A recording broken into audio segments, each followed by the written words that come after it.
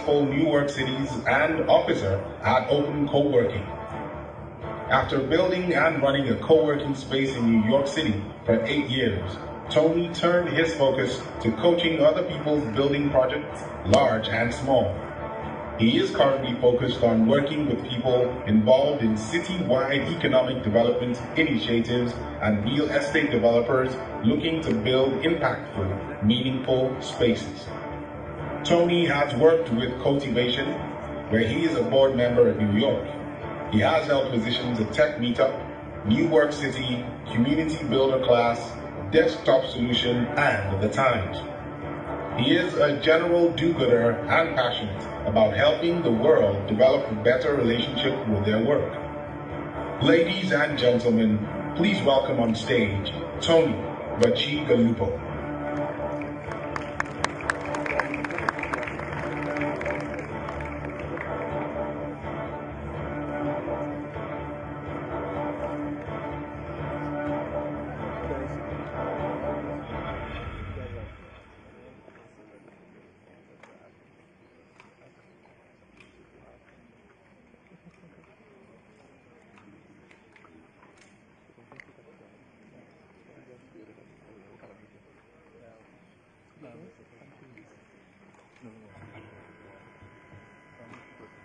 Okay, so in the true spirit of collaboration, the C in Coworking, Tony is joining us live from New York. Hello, can you hear me? Can you see me okay?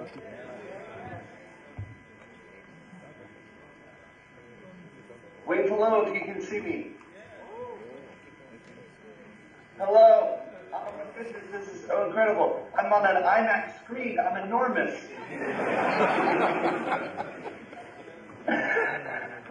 It is an incredible honor. Thank you so much for inviting me to be a part of your conference.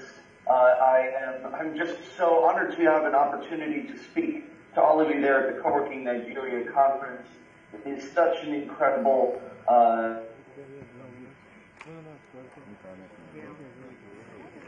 such an illustrious group of speakers and participants. I'm very curious to learn more about all of the projects that all of you are working on, and I'm sure that the members of the global co-working movement as well are very interested to learn more about what you are working on, what we can help you to learn from our experience, and what you can teach us about what you and what you're working on and what you're going to be able to show us about what co-working, what is possible with co-working in the African continent. Just to give you a little bit of background on me, I started out in 2007 as a project manager for a web development firm. I was working from home, and I needed to get out of the house and be around other people. So at the time, there were no co-working spaces in New York that I could find, but there was a small little club called Jelly. And it was this little group of people that were hanging out in a loft apartment in Midtown Manhattan. And I went and I hung out. I brought my laptop and I went and I did my work on the couch of someone's apartment. But I met the most incredible people, and I was blown away by the experience of being in a room with really bright and exciting and interesting people who were starting their own businesses. And I realized after the fact that that was actually the first time that I was in a room with other people my age who actually worked for themselves. And so it was a life-changing moment for me. It made me decide that I wanted to have this every day. I wanted to be around this kind of environment as much as I could, and that I wanted to share this with as many other people as possible. And so I set out to get very active in growing co-working in New York. I ended up taking the lead in opening Manhattan's first dedicated co-working space, which was called New Work City in 2008. And it was completely bootstrapped. It was just from my own personal savings. But it started as a community project. We really built our community through doing local events, hanging out in cafes, doing happy hours, those kinds of things. So that by the time we were actually able to open our physical space, we already had a very vibrant community of people who were very excited to be a part of the project. And we ran that for about 8 years, as was mentioned. And in the course of that time, I became very active in the global co-working movement because, as is very clear from this event, co-working has been spreading quickly. It has been spreading everywhere, all over the world, and it's a universal concept. And the more that I come to understand it, the more that I can appreciate how important and valuable it is to the future of the way that we are going to be working and creating opportunity for one another. So in the course of that time, I started getting more active, speaking at co-working conferences and writing about co-working and helping other people start co-working spaces all over the world. And so what I've learned in the course of that time is a lot about what this co-working thing really is and why it's important. And in the course of this talk, in the time that we have, I'd just like to give you a little bit of my perspective on the role that co-working plays and what you can do with it, the potential that it has. First of all, I want to say that co-working is something that we associate a lot with technology and with startups and kind of the latest and greatest. But I want to make it clear that co-working itself is actually not a high technology thing. In order to do co-working, you need to be able to have internet, and you need to be able to have space where people can be on the internet in the same place together. But that's really all that it takes. The actual things that everyone is doing could be a great variety of things. This is the beauty of the internet, is that we can create things that allow us to generate income and make money through businesses. Incredible variety can, build businesses on the internet and in all kinds of different things. The co-working itself, very low-tech thing, because what makes co-working great is the fact that it's just people in a room hanging out together while they do their work. And the simplicity of that and the humanness of that is actually what makes co-working so powerful. Because when we are working in a traditional work setting, you're working kind of for the business, you go to an office, that kind of thing. If you're working for yourself, you might be stuck in your house, or you might be working in a cafe, or you might, not have the ability to be around other people. And ultimately, we are a tribal species. We need to be able to commune with other people who can provide us support. And so when we are thinking about starting a business, when we're wanting to get into this world, we need to be around other people who can help us and to whom we can provide help. And so when we think about co-working, we can think of it in terms of high tech and innovation. But in many ways, as long as people have the ability to get online, it should be something that is accessible to a very wide number of people. And so that's one thing, is that this is a very large kind of universal thing. The other thing is that co-working is actually representing a shift that we have in the relationship that we have with work. Because we have this incredibly powerful technology of being able to work on laptops anywhere we have a signal, people are changing their relationship to work as we know it. Here in the States, where I'm kind of familiar with how things work, in New York and in this area, I grew up with this impression that work is something that you do for somebody else. You go to an office, you work 9 to 5, you do your job, you get your paycheck. And now, things are actually changing where the work that we do is up to us to decide. So we get to decide where and when and what kind of work we do and what kind of people we work with. And so that shift is represented by co-working, which is ultimately us choosing to actually get together and be in the same place. So the reason that I bring all of this up is because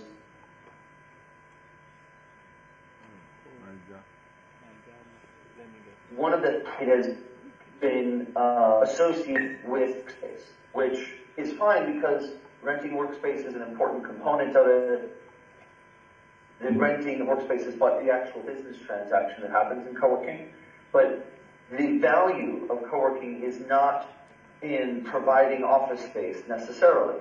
If you're in a region where getting access to internet and office facilities is difficult, then yes, that is an important value. However, what I found is that the thing that makes it special is the fact that you have these people who are in the same room who can help each other. And many co-working spaces struggle to create the connections between the people who are in the space. And that's really where, if you can do a good job of introducing people to each other and facilitating connections between the people in the space, you're going to help people build larger and more successful businesses. And so ultimately what I want to emphasize is that the true value in co-working is in the connections between the people. And so the more that you can do to foster relationships between people, the better that your community and your culture will be, and the more impactful it will be on your region. So when you think about how you can build co-working community, and you don't even have to have a co-working space to do this. You can organize a co-working group anywhere where there's a Wi-Fi, internet connection. So maybe if you're thinking of starting a space, but you haven't started one yet, this is how you get started. It's the way that I got started, is by finding a place you can go, maybe a cafe that has a good internet connection and lets you be online, and you can organize people through a meetup group. Meetup.com is a good resource for this, but you can use any event organizing platform and simply organize a regular weekly event where people can get together and co-work, but then also to know each other so that there's a lot of relationship building. And I'll say the other thing that is, I think, important is that we appreciate the economic impact that is created by a co-working community. So when you have a space like this, what's happening is the people who are there are starting new businesses. They're growing the businesses that they have. They're getting information from each other that's helping them to make their businesses more successful. And that is going to have an effect that's going to spread across the region where that co-working space is. And that can be felt in terms of direct economic impact in the immediate area around the space, where people are maybe buying more food or more events. Now there's more food and beverage income that's being generated from those events. But then the actual businesses themselves that are in the space are making money and hiring people, and that is going to generate more kind of economic growth or effects for the region. So the more that you can understand that impact that you're having and track it and appreciate it, the more that you will be able to help people to understand why co-working is important in general for entire regions. I also want to mention, while I have just a couple more minutes here, that if you are interested in building a space, if you are running a space, there is a global community of people who are here to help you. Thousands and thousands of people who are passionate about the co-working movement all over the world are talking about co-working all the time online. And so if you go to coworking.org, coworking.org is one of the central places where you can find other places to connect with people who can help you. The main thing that I would suggest you look at there is the co-working Google group. It has thousands of people. It's an email discussion group, and it is full of very valuable information from the past 13 years, really, of people talking about co-working. There's also a co-working leadership Slack channel that you can join on there if you prefer to use Slack. There's also a program called the Co-working Visa Program, and I want to highly recommend it. You can find this at coworking.org as well. If you join your space to the Co-working Visa Program, you will be able to offer your members the ability to travel to other co-working spaces around the world and visit those spaces free of charge. And all you have to do is add your space to the directory so that if I want to come visit you, I can visit your space as well. And so you can add your space to that directory, register your space, and it helps to elevate the visibility and the global nature of this movement. So I'd highly recommend that you join Co-working Visa. We are also going to be celebrating Co-working Day, and so you'll be able to find that in some of the discussion groups soon, but it's coworking.org/coworking-day. and it's August 9th, which is coming very soon. August 9th is the anniversary of Coworking, and so there will be events taking place around the world to celebrate Coworking during that day. And so what I want to emphasize there is just that there are many people out there who are ready to offer their guidance and their help and their perspectives. And we also want to hear very much from you and what it is that you're doing, because everybody is contributing to this movement all the time. It is constantly evolving. It is getting more and more diverse with many, many different kinds of communities now emerging. And so the more that we can learn from you and the kinds of experiences and ideas that you have, the better the whole global movement will be. I also have a personal practice where I offer some resources. Some of them are for free and some of them are for pay through my consultancy, which is called New Work Cities. And so you can find out more about that at nwc.co. I would recommend that you sign up for my newsletter. I send out a lot of great free resources and advice and guidance through my online newsletter. So that's totally free, and you can sign up for that on my website at nwc.co. Yeah, what else? I don't know if you have the ability to ask me questions, but I'd be happy to answer any questions that you have if we have any more time. I do want to just say again, I'm very excited that this event is happening. It means a lot. And I would say also, while you are at this conference, I would strongly advise build relationships between each other. Some of our people I've met at the co-working conferences because we are like-minded people. We have similar passions, we have similar missions, and we need help. We need each other's support. So get each other's contact information, form discussion groups, and keep in touch after this event is over so that you can support each other as you build your projects, and take the time to get to know each other better after the conference is over. Go out to dinner, go out for drinks, whatever it is, and try to form deep connections with each other, because you're in a room of very remarkable people right now. The people in this room are going to be having a huge impact on their regions for a long time to come. And so it's a terrific opportunity now for you to learn more about each other, be inspired by each other, and help each other. And that's how we're going to do this. That's how we're going to make the world a better place, is by empowering each other to create our businesses, to not depend on anybody else, and to ultimately not feel alone while we learn how to make all of this work together. And that's how it's worked from the very beginning with Coworking. That's how it's going to continue to work, and that's why I feel as passionate as I do about it. So please go continue to build amazing communities, and keep us posted on how it goes. Thank you, Tony. Thank you for the amazing insights on co-working spaces. Keyword, relationships. Thank you so much. It was nice to have you over. Thank you. Okay, thank you. Okay, so we will have to move quite fast to the next section. In order to catch up with the time, early morning section with the VP, please write down your questions. Because we have two panels back to back coming up right now. We have the ecosystem enabler and the investors panels. So any questions you have, write it down right now. Okay. Focus on the screen right now as we bring it to the next section. Thank you.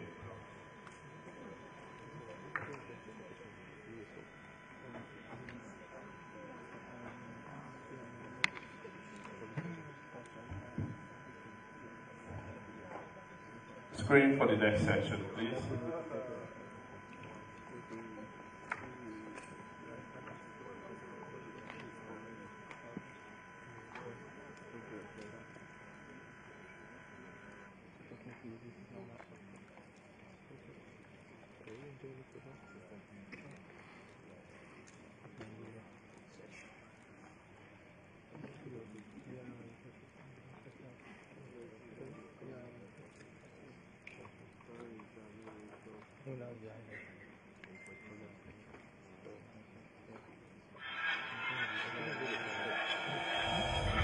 Joining us on the Ecosystem Enablers panel to discuss how co-working movement is driving innovation R.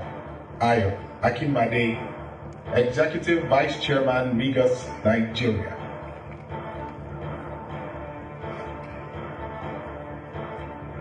Farid Arugundade, CEO, Workstation.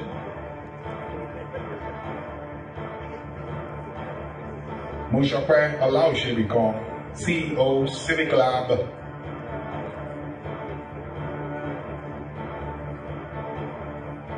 Alex Ahom, Founder, Share.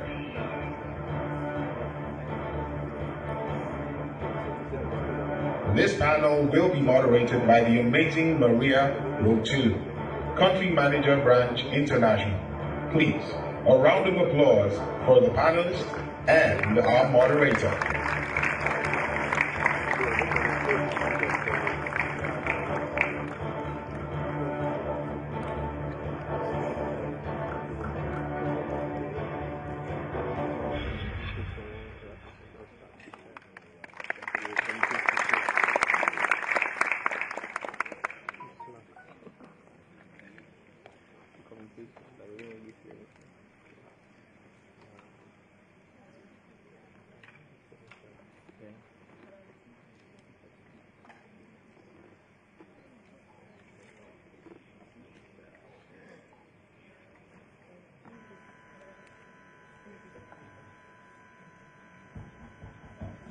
Okay. Well, good afternoon, everyone. My name is Maria Rotu, as earlier mentioned. I think just to kick it off with a bit of background on the co-working ecosystem. I remember about, say, 10 years ago, co-working wasn't intuitive. Co-working wasn't intuitive as a concept. You know, when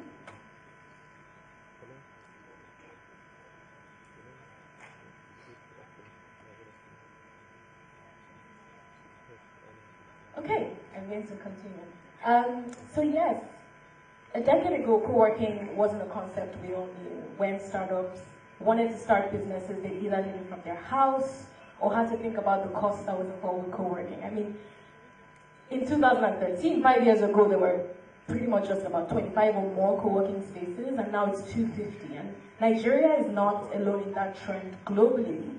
5 years difference has amounted to over 200% in the growth of co-working spaces. And I think that just kind of signals to the fact that entrepreneurship is something that is, you know, happening and hot in Nigeria. Startups are springing left, right, and center, and co-working spaces have now begun to play a critical role. Previously used to be just space management and facility management, but now it's kind of drifting towards being a key influencer of how businesses are designed, how businesses work, how startups, you know, set up their business models, and essentially this panel will be talking about how innovation plays into all of that. These co-working spaces have transitioned from being spaces to becoming, you know, a critical part of the ecosystem, and we'll be talking with leaders in the industry to this regard. These are people with, you know, in-depth experience with co-working, and the questions will be mostly focused towards how innovation has been, you know, fostered in your spaces, how you do it either by physical design, either by processes, either by collaboration and partnerships and initiatives and stuff like that. So I'm going to kick it off with Farid. Here. Yes. Hi. Hello. Good afternoon, everyone. My name is Farid Arogadade. I'm the co-founder of Workstation. I don't know if maybe people are not too familiar with Workstation, but I'll just kind of explain. So Workstation is a tech-enabled co-working shared office space. We opened our first location last year, May 2017, in Victoria Island. And, you know, the journey has been quite interesting for us, and just kind of seeing how the ecosystem has continued to develop, and, you know, the wonderful and interesting brands that have come into our space, and even the small to mid-level or medium enterprises that have come to be part of our community as well. It's kind of been interesting and exciting, and I mean, we see that there's a lot of future growth for co-working, especially in Nigeria, and also key emerging market cities also across Africa that we're also eyeing. And I mean, I think to your question about, I guess, innovation and how, so for us, like, co-working essentially creates that enabling environment, right? And the idea that a lot of companies, before co-working, a lot of companies, startups, would kind of work in what we would call maybe like silos individually, maybe in their homes, or even out of maybe coffee shops, hotel lobbies, and things of that nature. So one of the things that sparked our own interest in creating a space like ours is how can we bring all these different brands and companies together under this. And obviously we had observed that there were a lot of other players that were doing the same thing. So we even went around and kind of saw what was happening with all the other spaces and thought, how do we, because again, in every industry, you also have to think about how do you improve or make it better, and give some sort of encouragement to even the guys or the companies that are already doing this before, that this industry is growing. So we thought, how do we create an environment, an enabling environment, and one of the things that we actually focused on to spark more innovation is we focused on design. Okay. So that was one of the key elements. So how the spaces are set up. So how the space was set up. One of the key things that we focused on, and I'm sure if you visit Workstation, you realize that we focused on having a lot of lights going into our spaces. Like, that was one of the things that the core team thought about. Like, we don't want a space that's going to feel claustrophobic.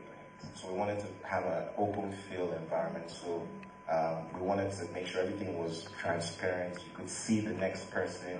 So it just kind of feels like you're connected without actually even interacting sometimes. Okay. But what we even find is that openness allows people to just reach out and introduce themselves. I was going to ask, so do you see that actually creates some kind of... Yes, so we've seen that there's been like the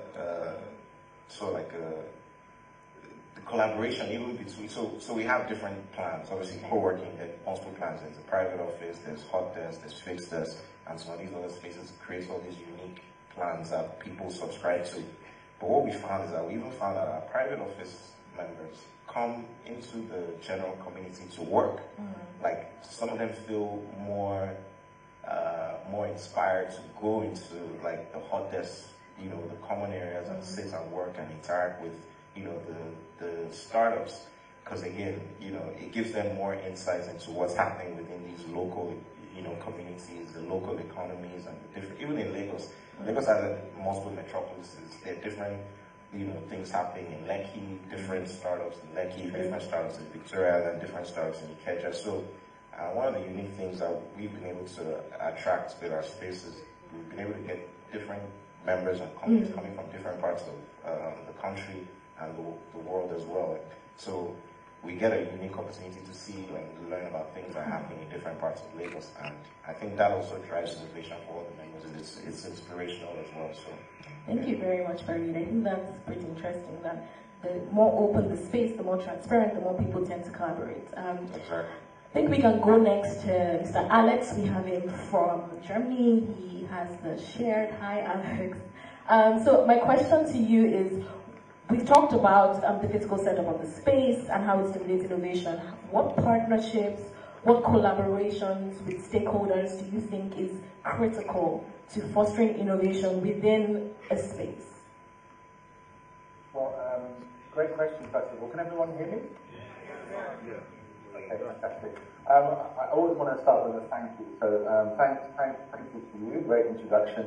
Thanks, Farid. Of course, very illustrious guest, the Vice President, Professor Austin Bajo, and the fellow speakers, the staff, the conference attendees. Thank you for everyone being there. So, the question, relationships. I mean, you're interested in important relationships that spaces have to foster with potential partners? Yes, so what relationships or partnerships with stakeholders have you found critical to enabling innovation in your space? Could it be with the government? Could it be with, hubs? Just generally, what partnerships have you seen foster innovation with startups? Sure. So to give background, as I said, I have my own space here in Hamburg, northern Germany. I am born and raised in London. I moved to Germany about 6 years ago. What I think is very important to all the potential founders of co-working spaces and workers in co-working spaces, as you said, to make those relationships very strong. So relationships with your neighbors, relationships with your physical community, people inside your space, to have not just a transactional relationship, but also a relationship with a deeper understanding. Also, consider the relationships between the surrounding geography of your city. So, for example, we have a number of businesses in the area. So I have my co-working space here in Hamburg, but around us there are banks. There are media agencies, there are modeling agencies, and I've been fairly successful here because my neighbors in the area are aware of what I'm trying to do, and they support it. And they support it because they understand my motivation and my purpose. So I think that's one thing to bear in mind, your immediate surroundings. And as you mentioned, of course, definitely city. So, you know, distinguished members of Parliament, the city, they can really open doors. And I would, of course, advise that doing that from a neutral basis. You don't always have to pick sides, you know, especially in cities that can be quite political. But be clear of your intentions and seek out people who can buy into your purpose. And that really does help, for sure. Thank you so much, Alex. That's really insightful with the government. You know, you want to be upfront, not picking sides. That's really nice to know. At this point, I'll just say, please follow the hashtag Coworking Collaborate Build so we can trend on social media. Thank you. So I think the next person, I think I'll to you, Mr. Ayo from Rigus. Yes, I know Rigus has spent a while in Nigeria. You're one of the very first that came into the industry. It'd be nice to hear from you from that, from the early days of co-working to now. What have you seen that has stimulated innovation in your space? What do you do? What practices, processes, what do you personally do as Rigus to kind of stimulate innovation in your space? Thank you for the question. Some of what Farid said earlier resonates with our ethos. From, let's say, a decade ago to now, what you see is more fundamental structures being broken down, things being done in a more collaborative way. So from having just the traditional office space, we now have products that are daily products, hourly products where you have no commitment, products that allow you to move from one location to another, not just within Nigeria. So if you were signed up with one of our offices, say in Abuja, you could go to Brazil or China or Uganda and just walk in and show your card and you would get access. These are some of the things that over time, especially with technology and how technology has broken down the barriers, you can now walk pretty much on the go. You could get into one of our apps and it would tell you where the nearest British office to you is. And you just walk in and use the services if you're signed up. And if you're not signed up, it's a quick process to sign up. One of the things that the earlier speakers had mentioned that I thought was important was collaborating beyond just the individual tribes, the individual brands. There is a story or work in progress for us practitioners to collaborate more, to open up the space to even more people to come in. There's so much bandwidth that hasn't yet been explored. And wouldn't it be nice if my customer went into Farid's space because it was closer to him and used the space, and then we settled each other at the back end so that we have an even more collaborative process. We have to expand and open up this cake and make it wider. Okay. Thank you so much. That is a very useful point to know. Just essentially the fact that breaking the barriers between the co-working spaces. I'm still curious to know, within your space, are there any initiatives you carry out just to stimulate innovation with its members? Oh yes, so we have typically events. You understand that the co-working, the essence of it is to get people to mingle. So we would typically have events where people will come in and what do you do, how do you do it, and so on. On another level, every new joiner, I would typically spend some time understanding what their business is, and then it might be, oh, you're looking for large-scale computers. We have a computer company, and then we link them up across all the different businesses. Sometimes people don't even know that what they're looking for is actually in the same building, or in the next building to them, and we can be the joint that makes that happen. Thank you so much. So I think I would go to Anitola. With Civic Lab, I think innovation is particularly important in this context because from what I understand, your lab kind of solves social issues and its intersection with technology. Hubs have become, this haven of information and can stimulate innovation in the sector. So innovation in its very, definition is implicit that it doesn't change, but then that it constantly changes, but then you need to create a process that doesn't change around that. So how do you do that? To consistently churn out the great ideas, putting processes in place to do that. How do you approach that? Thank you very much for your question. My name is Tola Noemi. I support with legal and programs advisory at Civic Innovation Lab. Now, I think to give some context, it's best to explain how the hobby ended, started off in the first place. So around 2016, we had done the Asobila Demo Day, right? And with all people that came to pitch ideas to Mr. President and all that. And there were good outcomes because the World Bank committed to some investment, like $3 million, split into about $40,000 for each of the ideas which came out of that. So there was a lot of that. But what we realized was that, a number of the ideas that came out of that process almost immediately did not know how to go about processing their innovation. So what happened a number of times that you would see this person who got a big chunk of that cash and then will go rent real estate somewhere. And all that money goes to real estate. All right, so, and at the same time, as I said to the President of Industry and Investment, I've been running some work on ease of doing business, and then we had done the PEBEC app, which some of you, and what happened was a lot of people came with ideas all over the country and asked real problems on how to track ease of doing business reforms.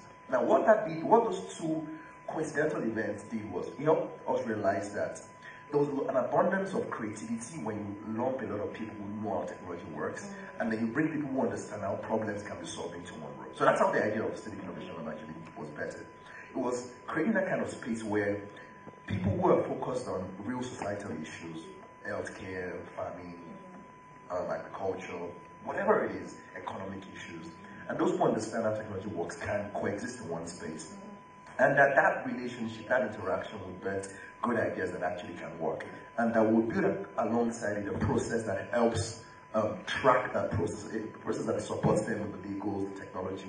And so that's exactly what Civic Hub has done. And one of the things we've been focused entirely on is not just solving those issues, but also becoming a strong interface with government over the last. So for instance, you must have heard of the VP Star of Tech.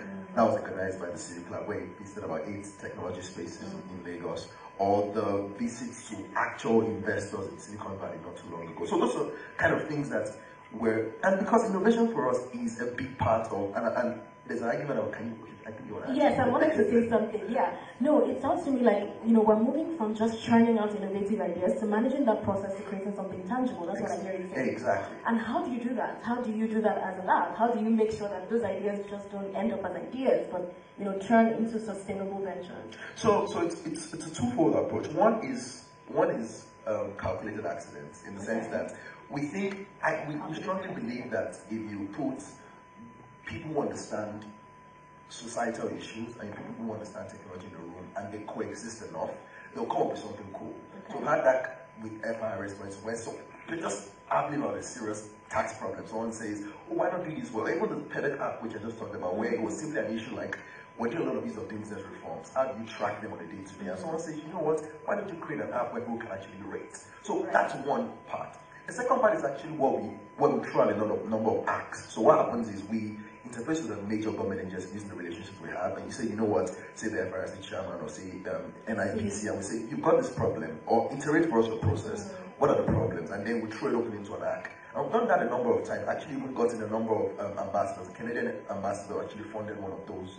And the country's SDG office also funded one of those kind of acts where we're focused on. So it's a mix of that. And because we also enjoy a lot of good government relationships, about 8 ministers have visited the hub, the vice president have visited the hub, about 5 ambassadors have. So it's more like midwifing that entire process, the relationship with governments and international governmental organizations, those who understand technology, and also those who can solve problems because they're acting problems in their mind, lumping them into one place, sometimes guiding that process, sometimes allowing it just take a natural course, but through it, creating systems that can monitor and help the entire flow. That's very interesting, particularly interesting, just being the midwife, using your strategic relationships to kind of push those innovations to actual ideas. And trust me, it's really cool. Thank you so much, Tara. So I think I'll move over to Sanusi and then with CoLab. I think it was particularly interesting to know that you have one in Kaduna. Am I correct? Okay. So it would be nice to hear from you. How do you stimulate that? I think, he's mentioned from, generating ideas to kind of making those ideas sustainable. How do you kind of manage that process? What do you do? What insights do you have for us in this space? Okay. So my name is Sanusi Ismail from CoLab, which is based in Kaduna. The one thing we do differently, and, from inception, like when we talked about like the concept of co-working, for a lot of people it's what I call internet cafe 2.0. That's what some people think about co-working. Like they think about like a space with light and internet and maybe, a few people. However, our approach is that traditionally, like if you think back to, maybe 100 years ago, people innovated as communities, not as individuals. So we take the community approach to everything, and our space is designed to maximize that approach. CoLab is pretty much the only space I've gone to where you just don't see people sitting on their computers and clicking away. You see interaction, always. So the physical design was designed to promote that interaction. There's a quiet space where, the really serious ethicals can go and hide, but, it's designed for interaction. And we're beginning to see results. Some of you may have heard one of our startups, Payant, has processed, crossed the 1 billion mark in 16 months. Payant is just 2 people. Right. And we have another startup called Schoolmo, which is reaching around 90,000 paying customers right now. It's just one person. So how is that possible? Yes. So it's possible because when you have people innovate on a community level, it's almost as if you have a whole team for your product. You can pretty much get up and walk to that desk and talk to like our AI person and say, you know what, I'm seeing this data, but I don't know what to do with it. And that person can help. You can get up and talk to like the best design guy and say, you know what, I'm getting like a lot of drop-offs at this point. And that person would get up and help. So it's the core, and for us, the core value is not just the infrastructure, but it is the community. Okay, thank you so much. I think what I've gotten from there is essentially having a space that facilitates collaboration so that people can kind of pick people's brains without paying them for it. Sorry. Okay, so thank you so much. I think we would wrap this up and then, throw it to the house for questions. I know we're a bit out of time, so maybe 2-3 questions for the speakers. Any questions? Yes, we have one.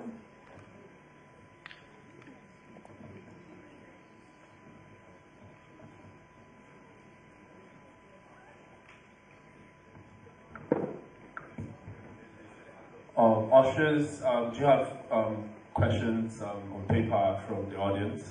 If not, we'll move on. Any questions from the audience? Please, 2 max, please. We're trying to round up on time. I can see some hands.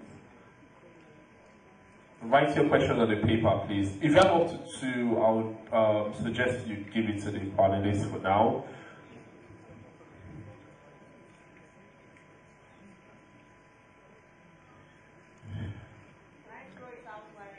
Sure. Yes, same please. time. All right. I want to ask, it's great to hear everybody speak. I want to ask, what is the roadmap for co-working? I will give an idea. I love the fact that everybody is doing similar things to encourage, co-working. Is there something I would say about Rigos? They've been here in London. And I remember we had an office in South Africa. That was about 4 years ago. And we came to Nigeria and then tried to use the office in Nigeria, but there was no access. We were told to open a new account, and then we found out Kenya, we ended up in Kenya. So I want to find out, is it possible for all the hubs to have something that, I know we can't open Kenya everywhere or City Lab everywhere. For me, as a user, to have access to everything, some sort of, closely collaborative plan, where, I'm in Kenya, and then there's an available hall, and then I have something like a card. Okay. I think I'll take yes, that. please take that. I'm surprised to hear about your experience. The whole point of Regis is that if you have an office in any part of the world, and that office is still an operational office, you would have access anywhere else in the world. So I don't understand what went on there, but sometimes things happen. To your point specifically, last year I contacted Kola, who you all know put this event together to discuss specifically this your idea. I think we need to be more collaborative. You might have heard me mention just in my earlier remarks talking about that same idea with workstation. There has to be a collaborative process. We have to get our ideas together and see how that can work. It's not easy because the businesses are individually owned, they compete and they also collaborate. But it's something that we're thinking about quite seriously. I think it's sure. Yeah, I just wanted to quickly touch on what you just mentioned about the collaboration between co-working spaces. Yes, and like you rightfully said, it's difficult to harness pricing across different companies.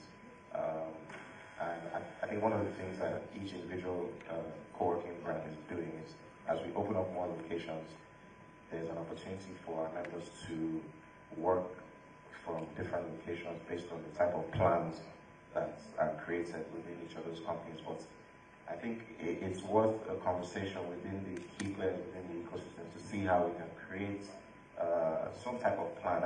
I was in Abuja last week, so I did see, I was at Civic Innovation Lab, and one of the conversations that I had with Musokwe was trying to figure out how can we collaborate, even with BGG as well, Vibranium Valley, just looking at ways where we can all become like so users don't have to go to one ecosystem where you can get access to workspace on demand.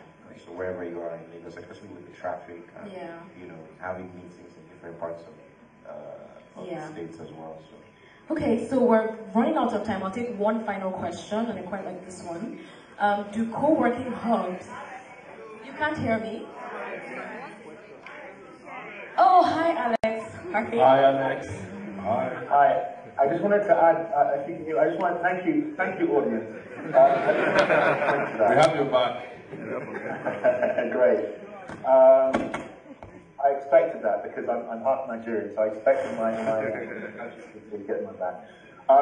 Just a point on collaboration between spaces. I think it's very important.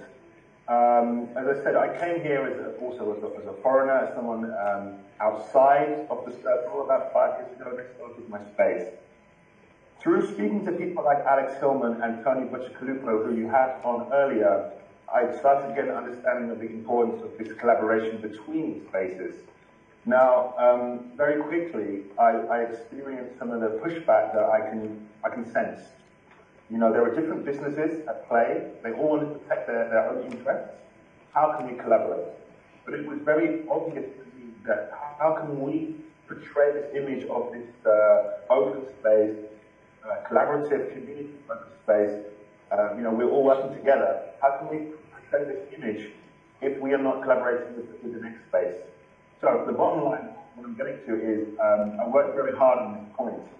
So not only do I run a space, but I'm also the director of the European Coworking Assembly. I'm also very busy with the German Coworking Federation and with Tony on the Global. And what I've done in those capacities is find a way to actually collaborate spaces. So other founders in Nigeria, I'm very happy to share with you some insights, some examples, some experience on how different spaces, even different focuses can work together, because really the important thing is that we're serving the people of Nigeria, we're serving the people of Europe, and I think we have to put our own differences aside to do that better. And I have some experience in that. So there's definitely people out there who are interested in finding out ways to collaborate. You know, definitely get in touch. Thank you so much, Alex. I think this has been very insightful. I will take this final question. Just final. No? No? Okay. Sorry, guys. Sit down. Yeah. No, I just want to recap on what everybody said really quickly. I think the key themes are around design of the space to foster collaboration. I think also I got from you, Sanusi, kind of picking the kind of skills that work together in a space so people can tap off one another. And also talking about making a service available to users across all co-working spaces. So I think that kind of summarizes the key points. And thank you, Alex, for your, yeah, all right. Okay, thank you for your time. Thank you, Alex. We've got your back. No one is going to kick you out. See, we're pressed for time, people. To help us help you, write down your questions on time.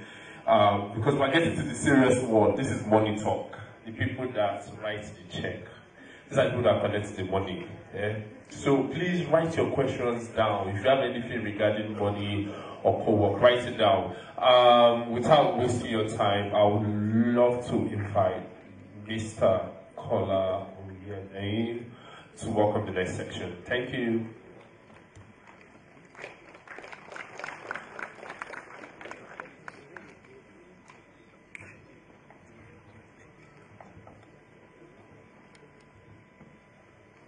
All right, so we were supposed to have a video from the Said Innovation Prize from the United Arab Emirates, but because we want to get quickly into the investor panel, we're going to jump over that now, so we can quickly get into the investors panel. I believe that a lot of people, need to hear this, and we then get to sit down on a one-on-one with the amazing. I told you about him earlier on, founder of Flutterwave, and just essentially hear a true entrepreneurial journey of someone who also has a link to everything we're talking about here today, or beyond that. So ladies and gentlemen, we're going straight into the investor panel now, so let's turn our attention to the screen as we bring the people that cut out the checks, for people that spend the money. The screen.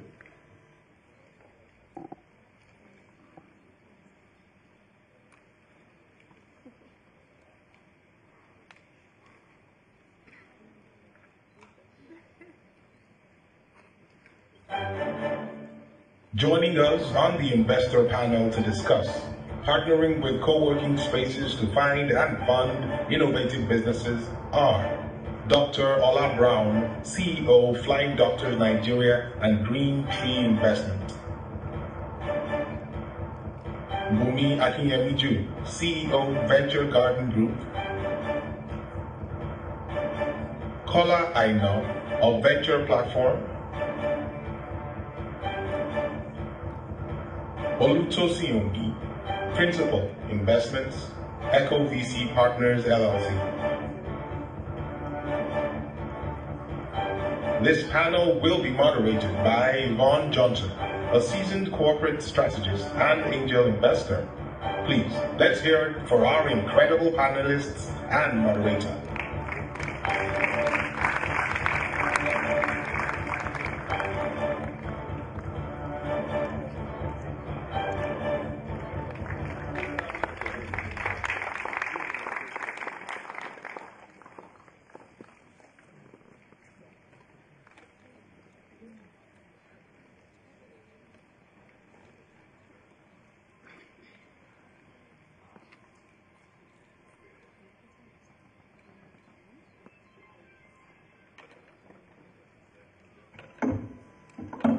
The money section. So when we say keep clapping, please keep clapping, please. Thank you. Write your questions down, tweet, share on Instagram, hashtag co-work and build, please.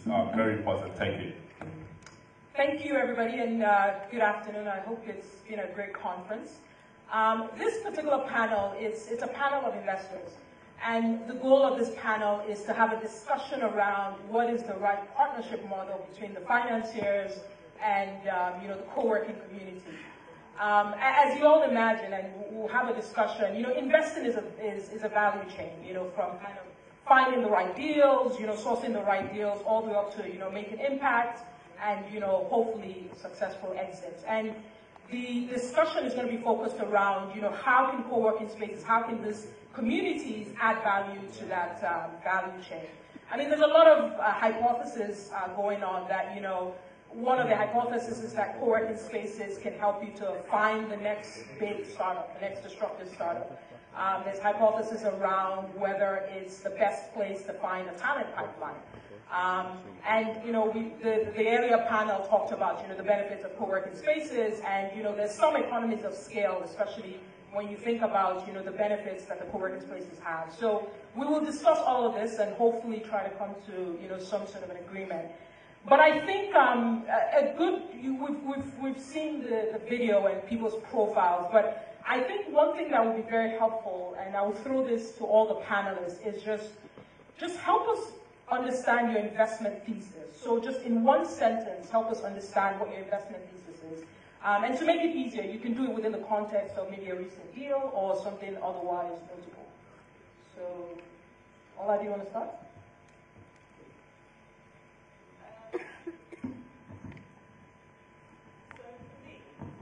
I principally, along with other investors in Greentree, we invest in things that are exciting and that are fast-growing and that are impactful and that build relationships. And I have to keep on looking at the time, but I'll just share a short story as to why I first got into venture capital investing in Nigeria. So when I first made a bit of money, I decided to invest what I thought was a huge sum at the time, 10 million naira, in one of the traditional banks. So when they called me for the AGM, I was extremely proud of myself, and I thought that I was going to be a major shareholder in the bank. But the first sign that I wasn't a major shareholder was when I got in and nobody really greeted me, despite the fact that I was wearing a suit and I had my capital market file. The second sign was when I asked for small chops, and I didn't get any. They said it had finished. The third sign was when they were recognizing shareholders and asking people to stand up. I mean, I thought that I'd invested a lot of money in the bank and I thought, I should be recognized by the board. There was no recognition. Nobody announced my name. And then I realized that perhaps it was because in order to even own 1% of the bank, I needed to invest 2 billion naira. So there were so many much bigger shareholders than me, and I wanted to do something or join an organization that allowed me to invest smaller amounts of money, really develop relationships with the directors, be recognizable a bit in the board meeting, make some impact, make relationships, and also make some sort of financial return. And get small chops. Umi, do you want to go next? Sure. So, one sentence, investment. Investment thesis for me, so I'm a geek. So I love technology. That's what gets me excited, that's what gets me pumped. So I think the whole idea that, you invest in what you know, what your expertise is, what you have a passion for, And that's probably where you'll be able to add the most value. So the first thing I look for is that area that is my expertise. So tech innovation. The second piece is that we're in Nigeria, right? And Nigeria doesn't have a very good reputation outside of here. So which means that it's very difficult for capital to come in. But when you unbundle that, you actually find that it's simply a case of sort of that, the relationship, like Ola was saying, integrity, corporate governance. So I would say a big part of our investment approach is we invest where we can build a relationship, where we can trust the founders and there's mutual trust on both sides, and where there's sort of that commitment towards corporate governance, transparency, integrity, and those things don't come very natural in this part of the world, right? Because the separation between the company money and personal money is all commingled, right? So, but if we all get in that journey of running the business in a different way, for us, it's easy from there. So I'll say those are fundamentally our core investment thesis. Of course, the other is the market big enough? The marketer, you have the finance guy, and you have the ops guy that ensures that things are running every day, which is where co-working helps, right? Because you can really build that team, more organically. Fantastic. Paula, let's go to you.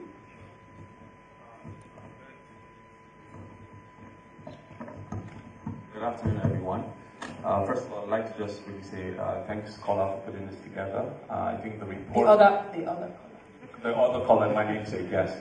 I think the co-working report is also something phenomenal, and I encourage all of you to download the one that we released soon.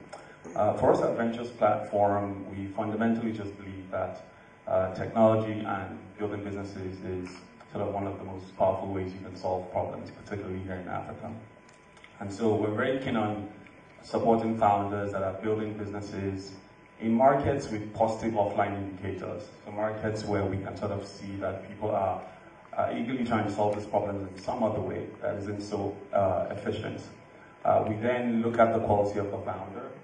We like the founders that are generally gritty, tough, and have some unique insight into what they are trying to tackle. Besides that, we look at the quality of the founding team, and we're very big on Pan-African potential. So is there potential for this idea to scale beyond the first market where the company starts off at? And so that's what we generally look at. In terms of stage, we're keen on talking to founders that are past at the MVP or past the MVP stage. They've built a first version of the product, they have some early traction, and there's some evidence that there's something here. Thank you. Awesome. Good day, guys. So I'm Tosin Ali, Equity, which is a seed and early stage investor in tech and tech-enabled businesses across the continent. Now, we emphasize tech, but probably more tech-enabled, because really our thesis is that Nigeria, Africa, a lot of the economy is offline, but there's a lot that can be done from an efficiency standpoint, from making life better, from a point of view of making things easier for people to do business by moving offline, online, digitizing offline activity and business. So that's in a short sentence our thesis. Now, supporting that, we start to look at the size of the market and the team and what have you. But generally, we're looking for people trying to solve those kind of problems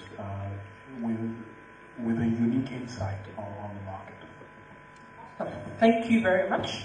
So the second question that I have is actually targeted towards both Kola and Bumi. because your model integrates both sides of what we're looking at. So with Ventures Partner, for example, you integrate investing with early stage support. I mean, we all heard about the Ventures Park in Abuja. I know there was an accelerated program. So if I were to ask you, at what stage in that investing life cycle do you really think that co-working spaces and the communities add value? I think co-working spaces add value for startups across a number of stages. You know, I think when you look at sort of the model of a few of the co-working spaces, at Ventures Park, for instance, we have a combination of private offices and gallery spaces, or spaces that are more open.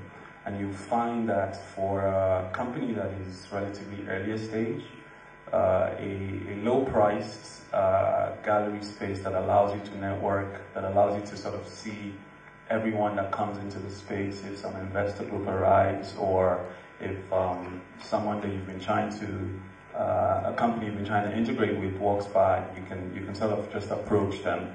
That has some potential benefits in the early stage, but as your company starts to grow and your market, your business becomes, maybe has more competitive forces that it has to contend with, privacy becomes something you probably place a premium on, and then you want to then look at maybe like a private office type arrangement. And so what we find to be quite useful at Ventures Park is to sort of provide that diversity for startups or businesses across, sort of the pipeline of growth. That's my perspective.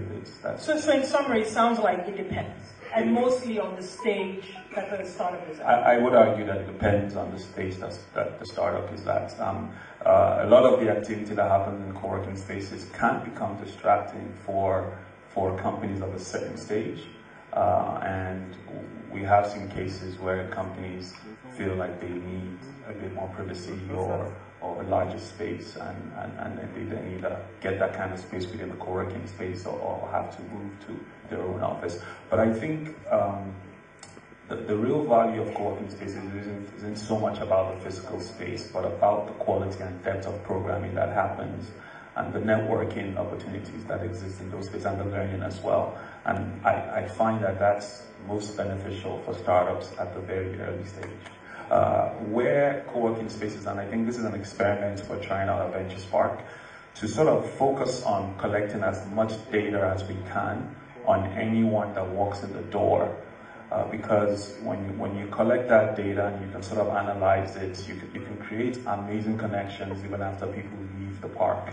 And so whether it's connecting startups with investors that have interest in certain verticals, or service providers that are looking for certain startups to partner with. So I think the data and the sheer volume of traffic that co-working spaces see can be translated to value both for startups and investors alike. Okay, great.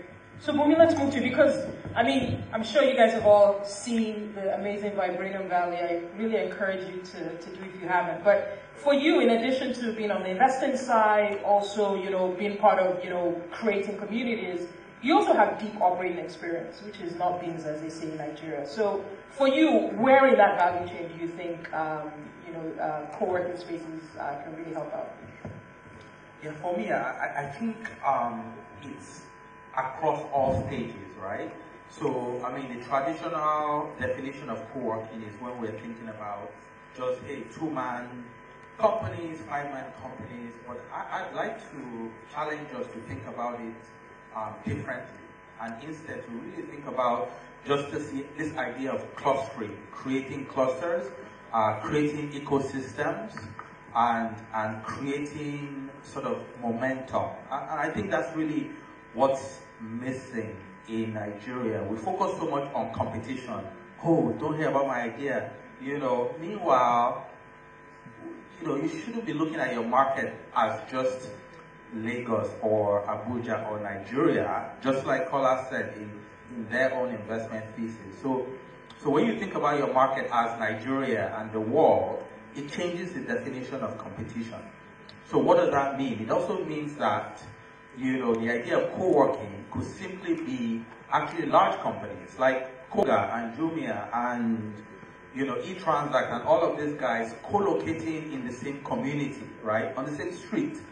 The reason people talk about Wall Street is one street, right? Silicon Valley and what's that street in Silicon Valley where all the investors are? Sunny Hill. So all those things now creates this mental effect. Now everybody wants to do Silicon Valley, something Valley. Even we talked about Vibranium Valley, right? So I think if we start thinking about the idea of co-working as simply, a concentration and alignment of similar companies and those types of things, what you'll see is that the exponential impact, the ability to attract capital, the ability to attract, talent, the ability to cross-exchange ideas, the ability to get recognized globally changes very differently. And I think that's really the core of the thesis behind Venture Garden Group as the operating company. So we create companies, we're operating companies. And for me, it's like, as an investor, I just feel like an investor that hasn't operated a business before, is just like, don't tell me what to do. It's like, you're missing context and there's a limit to the kind of, value you can add to me. So Ola runs her own business. I know Kola, we moved to Nigeria around the same time and created businesses. And after a while, we're like, okay, how do you give back? How do you help to create that community? So we created Vibranium Valley more to focus on late-stage businesses. So we're looking for companies that are already generating $1 million, that are already having a path to profitability and everything, because they need a different type of help. They still need co-working, but not in the traditional sense of it. They need office space, they need the privacy, but they need to be part of a campus where, I don't have to think about power, right? I don't have to maybe think about hiring a team of accountants. I probably don't need a legal team. I can just take advantage of a legal team that's already within the community, so trusted, already has good price because they're selling to everybody in the community. Maybe there's a few investors within that community as well, right? So I just think that as individuals, as an entrepreneur, how can you plug into such an ecosystem and add value? The first year or 2 years, you may be working as an employee of this company in the community while incubating your concept. After 2 years, I have experience managing teams, building solutions. I now go on my own, still getting the support of the company I just left, which means that you should also live in a positive way, right? So I just think this idea of value chains, this idea of from startup, early stage, seed stage, Series A, Series B, it's all commingled. And until we start looking at everything as a continuum and start putting in the right infrastructure to support and then allow individuals to grow, allow companies to grow, we will continue to be fragmented and we will not see sort of that accelerated momentum that we know is possible in a big market like Nigeria. That's fantastic, actually, because again, it resonates with the earlier panel where they also have the issues of kind of fragmentation and whatnot. So the next question for Ola as well, because you also have that operational experience, you've run a successful business for a decade in Nigeria. Help me understand, what is the biggest misconception that you find post-investment that entrepreneurs have? Oh, the biggest misconception. I think that the biggest misconception that I've seen in sort of 2-3 years of investing, and at Greentree we actually have a circle of investors, so we didn't go and raise from America. We made money and invested into those companies, money that we could have spent on holidays or shoes, so it's quite different, the pain. The biggest thing that I saw was that people don't realize that they have to sell. So I think a lot of strictly tech-focused people believe that as long as they are very good programmers and are very good sort of technical people, that their product will just move. But actually, I think one of the main skills any tech company needs is to become a good storyteller and a good salesperson and a good person that develops relationships. And it's very, very difficult to outsource those relationships. I believe that that skill needs to be kept within the leadership team. The skill of sales, the skill of storytelling, and the ability to develop relationships.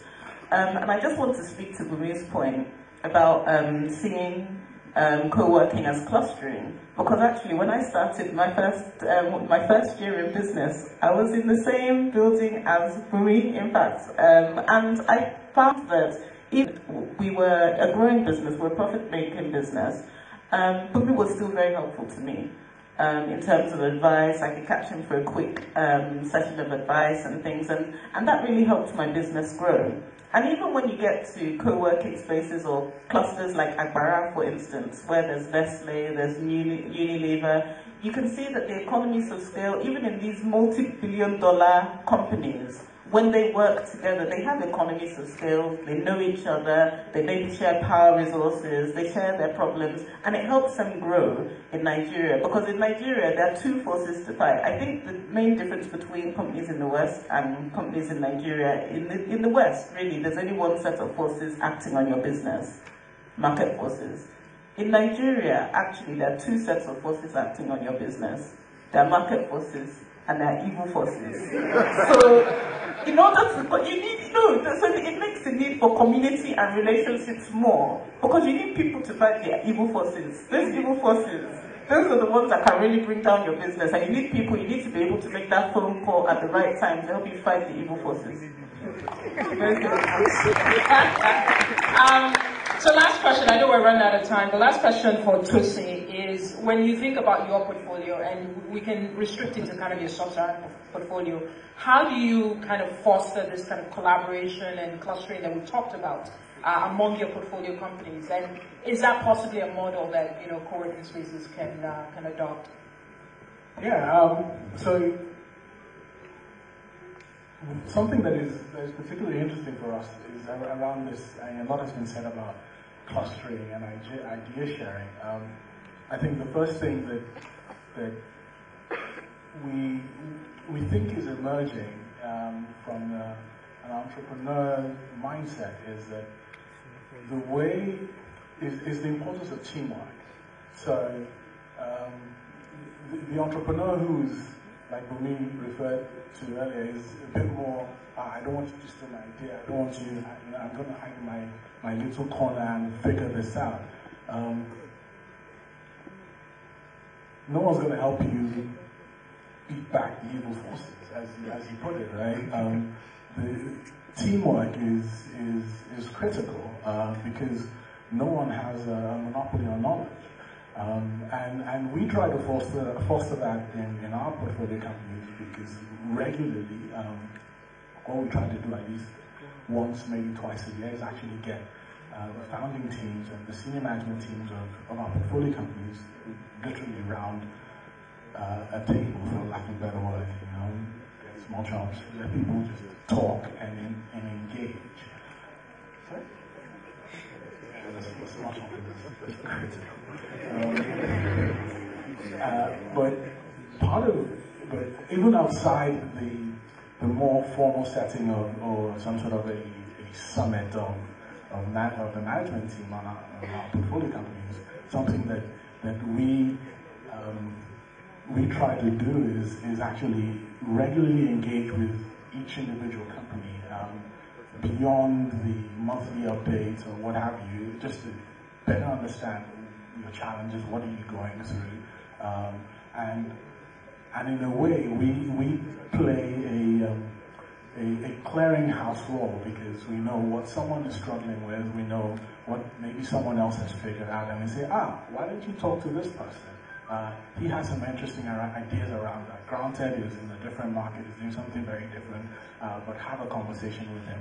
And what we are seeing is actually that, so even though the companies don't necessarily fit in with each other, by virtue of regular engagement, understanding what people are going through, co-working, problems are better, are easier solved and quicker solved.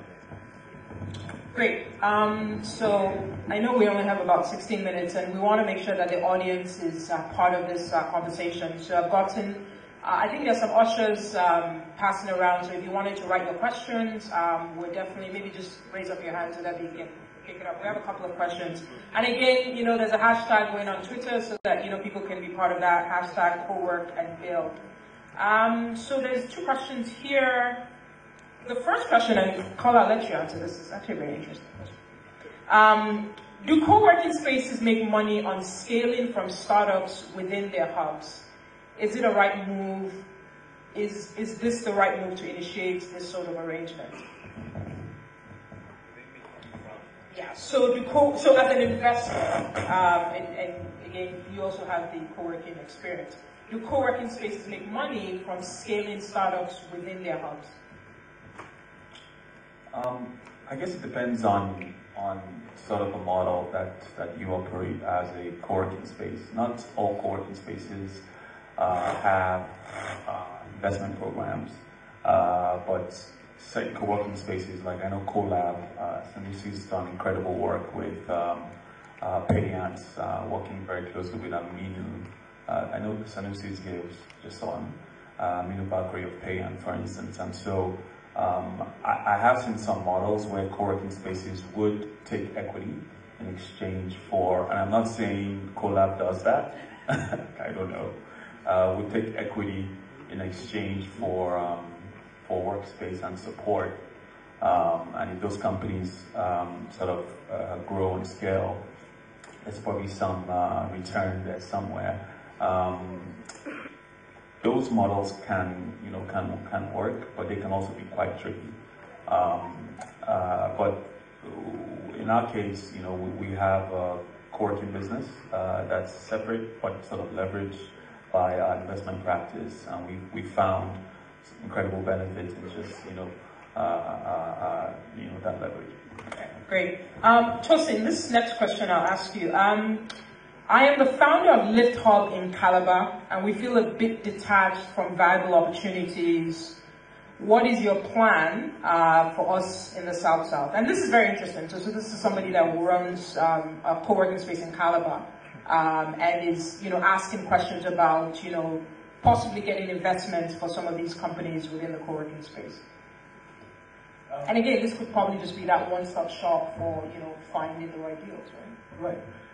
One of the things that we try to do is regularly engaging with, one of the things that we have to do, because it's building companies, helping entrepreneurs build companies is our reason for being. If we're not doing that, then we have no reason to exist. So we have to actively, and we do actively engage with the community. Now, one of the easiest ways to do that at scale is engaging with communities, with clusters. So co-working spaces are a great way to meet a variety of entrepreneurs all in the same place. So what we try to do, for example, is I know there are a number of events in the Southeast and the South-South, demo days organized by co-working space, by accelerators in these areas. In some areas, yes, I understand that it's easy to feel somewhat detached, but we're all aware of the challenges. Everyone is fighting some variant of the same battle, so it's important to, even within the hubs, someone on an earlier panel said earlier, you're competing, but you also collaborate, and that is absolutely necessary. So co-working spaces getting together to run demo days, to just run events where entrepreneurs are able to meet investors is something that we rarely turn down an opportunity to attend one of those.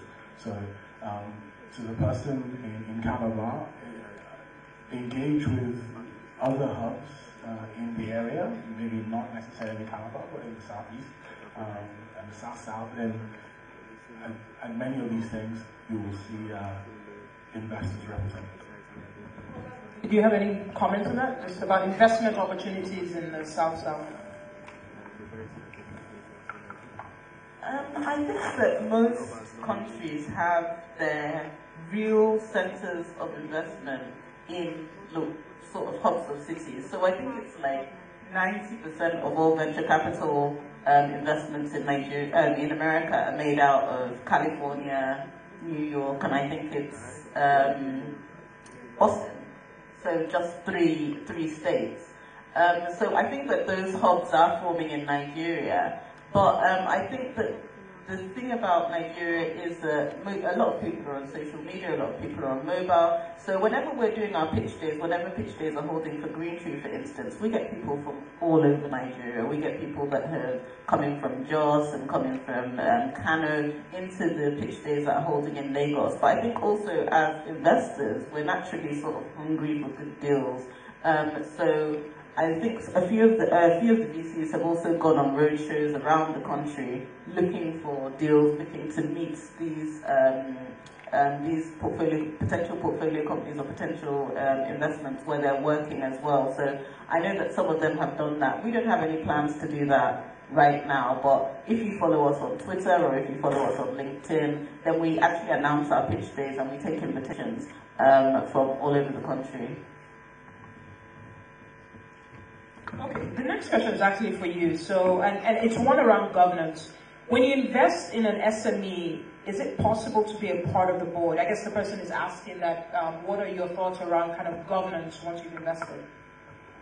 I actually wrote an article on this because I think our SME culture, the current culture in Nigeria, which has been passed down to us from the last generation's light. So I think there's this pervasive idea that you can sort of just, put your friends on the board and you guys can just charge these allowances anyhow. Because I don't think it's our fault actually. I think that idea has been passed down to us. But now we're getting into a time in Nigeria, and I believe that we're the generation in Nigeria where we're not going to have those kind of businesses. I think that this is a generation that really has to think global, has to take on early international investment. We're not going to an uncle or one politician to get our investment. Most companies that I know, the startups, can clearly state who their investors are. And that difference means a different level of governance. That means that board meetings have to hold regularly. That means that you have to report to investors on time. That means that you can't copy the people that went before you. This is a different type of business that we are going to. It's a different kind of business. It's a new world for us, and that means it's going to be a governance-heavy world where these things are extremely important. Having audited accounts and financial records are extremely important, and for our portfolio companies, they know how important it is for us to have that visibility on a quarterly basis.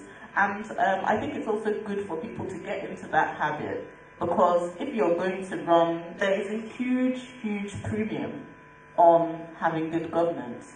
People pay more for good governance. If you look at the Nigerian Stock Exchange, for instance, there's a particular institution that is known for having fantastic governance, and because of that, there's such a huge premium on their shares from international investors because of that trust factor. So it's good for investors, but it's also good for companies to have that level of governance. And even if you can put it in before you take your initial investment, it makes you far, far more attractive, and it makes people want to pay a premium for that, because it shows discipline, it shows transparency, and it shows that you're willing to build a relationship that's based around integrity. Great. Did you want to pitch it? The issue of governance, I mean, one of the things that we come across very often is around governance is these guys want to come on my board and run my company. For us, we're investors. For a start, we're not looking for a majority, we're not looking to control. I think what is key is accountability, transparency. What is going good, what is not going so well, when you need to hire. Those are some other people that you can use as sounding boards. It's not about control. It's it's accountability. The company that she refers to,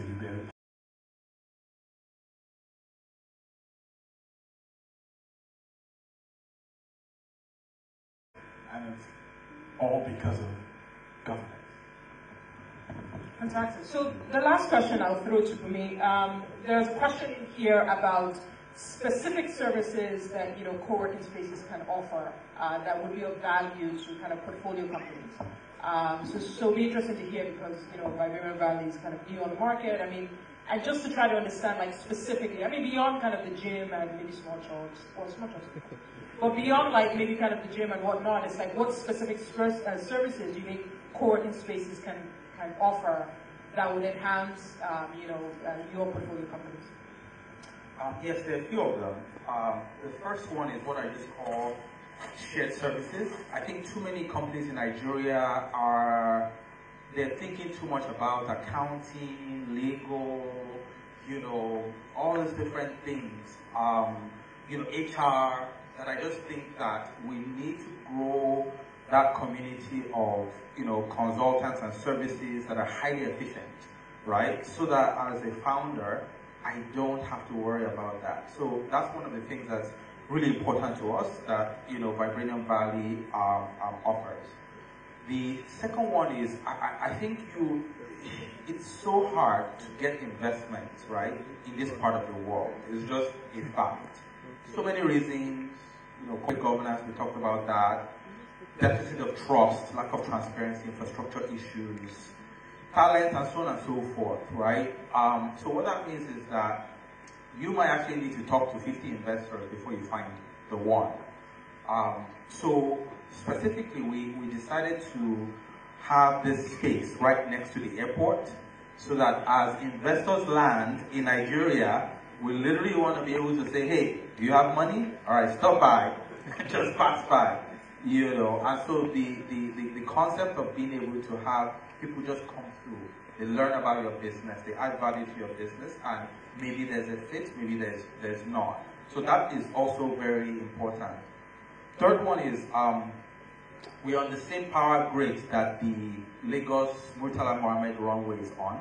So what that means is that we have essentially about 22 hours of power, uninterrupted. When the vice president came to launch the space, he actually announced that day that, tech companies will now be able to get pioneer status. But there's a few other very specific asks that we have and that's ongoing now that are hoping to connect with other tech companies and co-working spaces so that we can ask, both from Lagos State as well as from federal.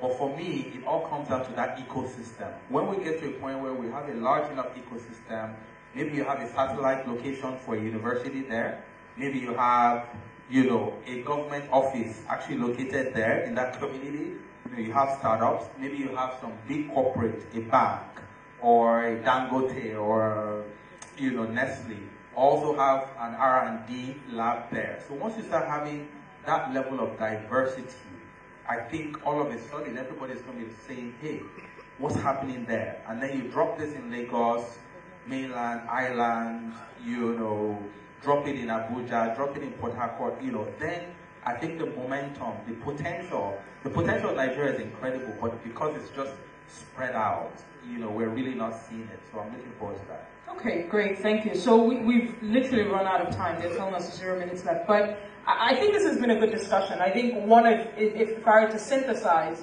it sounds like, yes, there is a sort of a partnership model, with the investor community and the co-working community, because, I think Bumi had the great word where he talks about clustering. That secret sauce with co-working spaces, it's all about the community that you're able to create. And we've heard from the investors that they also benefit from having that community. So thank you, everybody, for your time. Very, very quickly, maybe your Twitter handle so that people can start to harass you and throw pitch decks. Quickly. Splash, SPLASH, Splash BM. Splash BM. And mine is at Niger Flying Doctor. Very easy. Mine is at Uni_com. Mine is at Kola_Aina, KINA. Perfect. Thank you, everybody.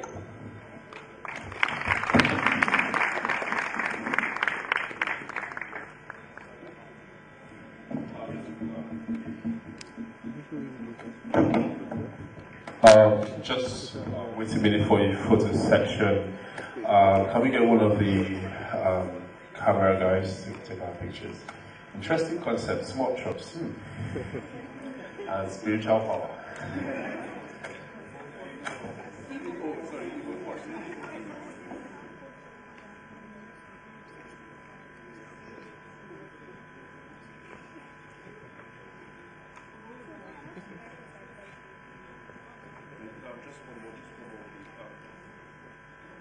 Just one more picture with the other facilitators, please, and panelists. Can we have you join the picture, please? Thank you, thank you. No, I was thinking about the name, you know, in the Silicon Valley, why don't you have Jollof Street? You know, Jollof is our signature. Jollof Bond, wow. Is that fried rice Bond? You know, it's interesting what small shops can start. You're able to start, you know. Imagine what jollof will start. If they don't give you jollof in a wedding, in a party.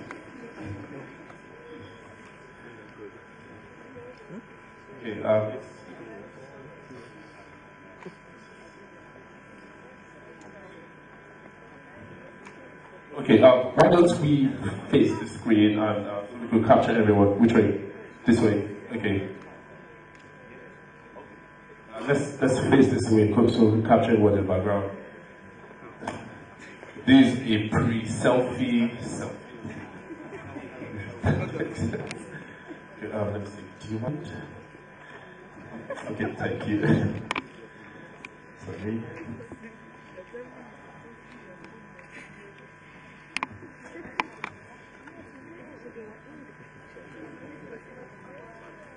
Can we get the audience? Can the audience do something at the back, you know, maybe stand up and do, yeah, something, come on. You guys know.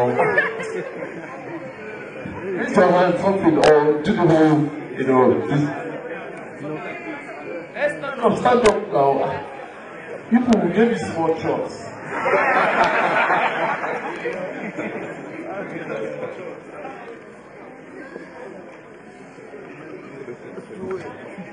Sorry. Okay. Yeah, it's okay.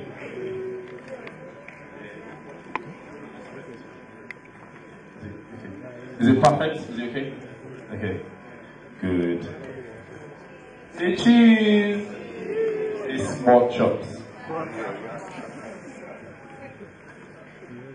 Spiritual powers. Spiritual forces. Thank you so much for your time. You guys are awesome.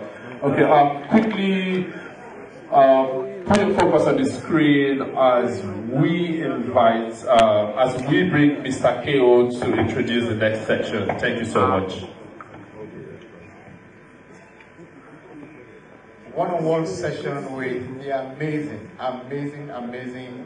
Aboyeji. Don't go any.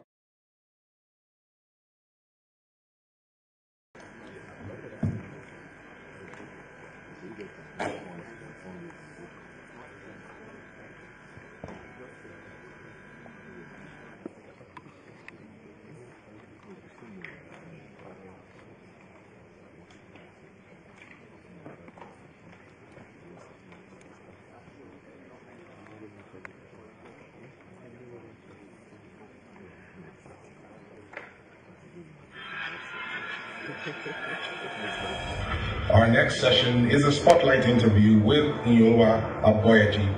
Nyolwa is the CEO and co-founder of Flutterwave, a payments infrastructure company connecting Africa to the global economy with digital payments infrastructure that helps banks and businesses build more seamless and secure payment experiences for their customers.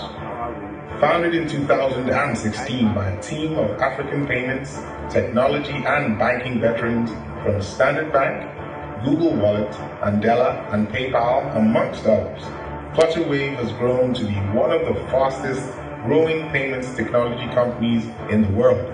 Since inception, Flutterwave has processed close to $2 billion in payments across 25 million transactions in Nigeria, Ghana, Kenya, and South Africa, and has attracted significant investments from experienced players in the global payments arena, such as Y Combinator, that's investors in Stripe, Greycroft, investors in Braintree, Green Visor Capital, Omidyar Network, and Glynn Capital, amongst others.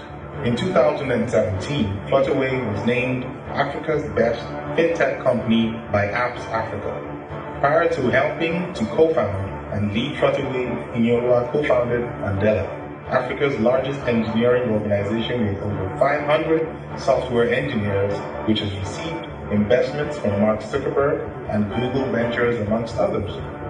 Inyolua, who holds a bachelor's degree in legal studies from the University of Waterloo, is a World Economic Forum Global Shaper, a Forbes 30 Under 30 honoree, and a member of Nigeria's Industrial Policy and Competitiveness Advisory Council. Ladies and gentlemen, welcome Inyolua Aboyaji as he joins the host, Paula Oyinleyi, on stage.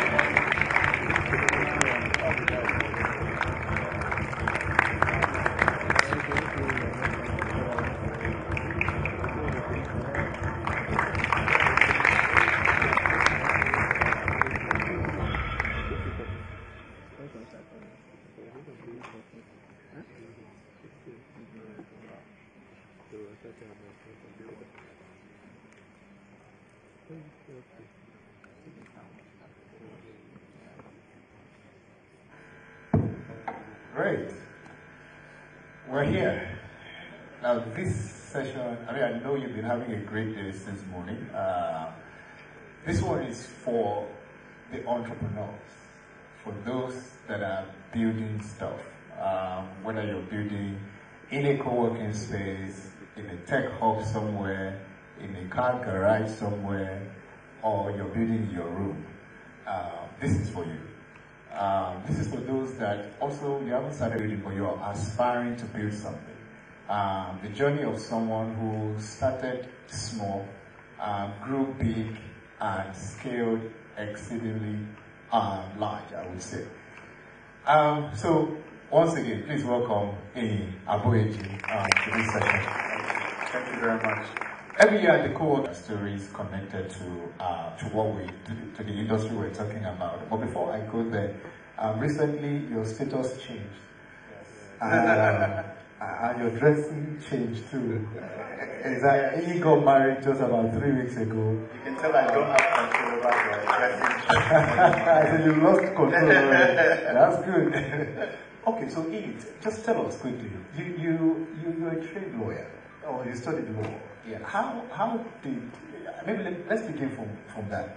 How did you transition from law to technology? I mean fintech and pre-fintech to development, and maybe you could just talk us through your journey and why you do what you do. Sure.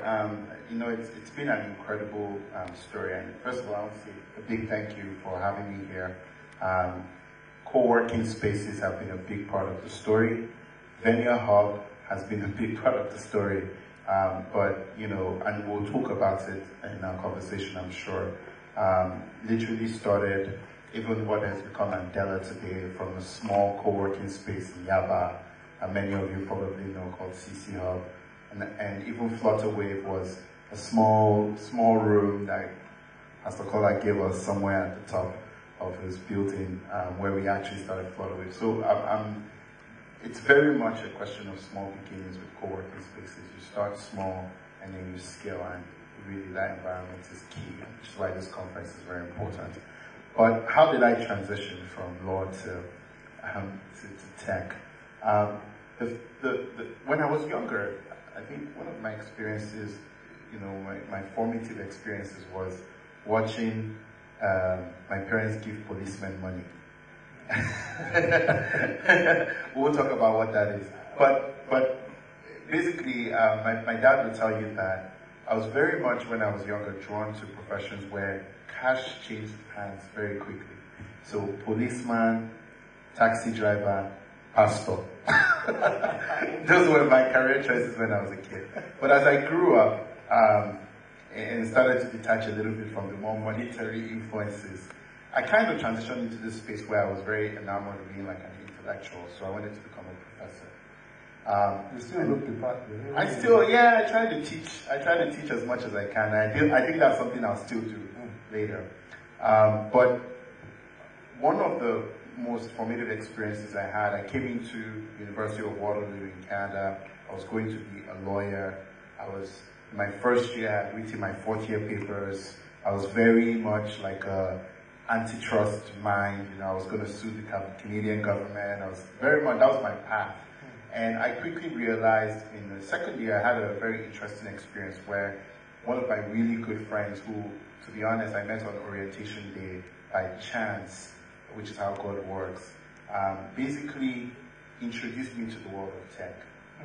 What had happened was, we had met up initially, first day of orientation, became very fast friends, but then he left for something called cooperative education. So he went to Silicon Valley, worked for a few months, came back, and we met by chance again. We reconnected again in the cafeteria, and he was telling me all about Silicon Valley and how everything was so shiny and streets were paved with gold. And I was like, well, I want to be part of this. And, about the same time, the social network came out. So at this point, I was like high tech, completely dreaming about being the next Mark Zuckerberg. Those were my influences. And what ended up happening for me was, there was the first time I really connected to the idea of technology as something that you don't just consume, but as something that you can build. And that was basically the key. Now, I did finish my law degree because I have Nigerian parents. And so there was no chance they were going to let me off the hook. But if I could have, I would have definitely been a dropout. And then I did that, but then when it was time to go to law school, I literally did my best effort. I went for 1 week. Wow. And then I checked out. So that's how I ended up in tech. So it was fairly, predetermined, but it's been an amazing experience. Taking what I've learned with the legal world, applying it to tech in some respects, and also learning from tech as well. Wow, amazing. And maybe we should just quickly then go into skills here, because writing legal papers or studying legal documents is extremely, it's so far different from coding, so you're talking about building technology and using it so hard, or technology platform. How did you then become, when you're a developer, did you have to learn how to code? Because, we're going to talk about Andela shortly. How do you start a platform like Andela if you don't understand, coding, the syntax, the semantics of coding, what programming languages are out there, and all of that. So, did you have to, and I'm asking this question because there's some people might be sitting here and thinking, oh, maybe I studied the wrong course and I'm at Coworking conference, I want to take a detour after I hear the story, but first understand the journey before you go and resign. Very good idea. So I'm going to shock you, which is I have never written a line of code in my life. Wow. Never. However, I can read some parts of it. I understand in general how the technology works. You can't bubble me, as we will say, right? You can't bubble me. So if you're thinking about doing that, think again, right? I can actually look at it and I understand what's going on with the code. But I've never written a line of code. I've never had to. I've had the privilege of working very closely in deep relationship of trust with some of the best engineers in the world. And that has been kind of like one of my competitive advantages, which is really great engineers really trust me, right? And I think it's a combination of things. The first thing is, I try to be open and transparent with them. Two, I try to give them more of a stake in the company than I get. So I always share more with them. Because at the end of the day, if it's a tech company, you need an engineer. That's it. It's like you want to build an airline and you don't have a pilot. It's not going to work that well. Yeah, and that's let me piggyback on that one, because the one issue we have in Nigeria is entrepreneurs who are afraid of giving a part of their company away. This idea of giving away, somebody has said before, my sweat and blood, you just come and carry it like that and come and take it. Do you know how long I've been working on this for? And we talk about the whole concept of owning owning 100% of nothing as opposed to owning 10% of a million, you know. So how do you, I mean, so obviously you don't have that mindset. So how do you sort of like help shape the mindset that I think is prevalent in Nigeria, of people who just want to build alone and build in this sort of like enclosed space? No, that's a good question. I think it's one of the foundational issues with our ecosystem and why scale is often hard. And there was a piece of advice that an old boss of mine gave me, and he sat me down and said, I'm sure you're going to go for it. I'm sure everybody has told you this, but I just want you to remember one thing, and it is the best companies in the world, the greatest companies in the world, wherever you find them, are companies that were built by a group of people who individually could have built $100 million companies, right? And he was talking in dollars. I don't even know whether maybe we should convert the dollars to naira, right? There's like $100 million companies on their own, but decided to come together, and because of that, they're now going to be able to build $1 billion company. So just always remember that. And it was advice at the time I didn't take too much to heart. I was like, whatever. Baba's just saying this thing. But if I reflect on my entrepreneurial career, my biggest wins have been all about the team, literally. Andela was a superhero team. There was we brought an entrepreneur who had IPO'd his company. Wow. Together with a PhD in education from Harvard, who was dropping out and who had run MasterCard's education grant program forever. We brought together the guy who built B-Notions Labs, brought together somebody who helped build out Pivotal Labs, engineering. So the team that we have brought together at Andela was a superstar team, and so it made it possible to build a company that has the kind of outcomes Andela enjoys today. Same thing with Flutterwave. Like the team at Flutterwave, many of them don't like to be identified, but it's a superstar team. It's a team of people who've worked at Google Wallet, they worked at PayPal, they were the ones who built infrastructure at many of the Nigerian banks, from GT to Access to Standard. So at the end of the day, if there's one aspect you don't want to cheat on, it's that. Because at the end of the day, the entire thing you're building is your team. Yeah.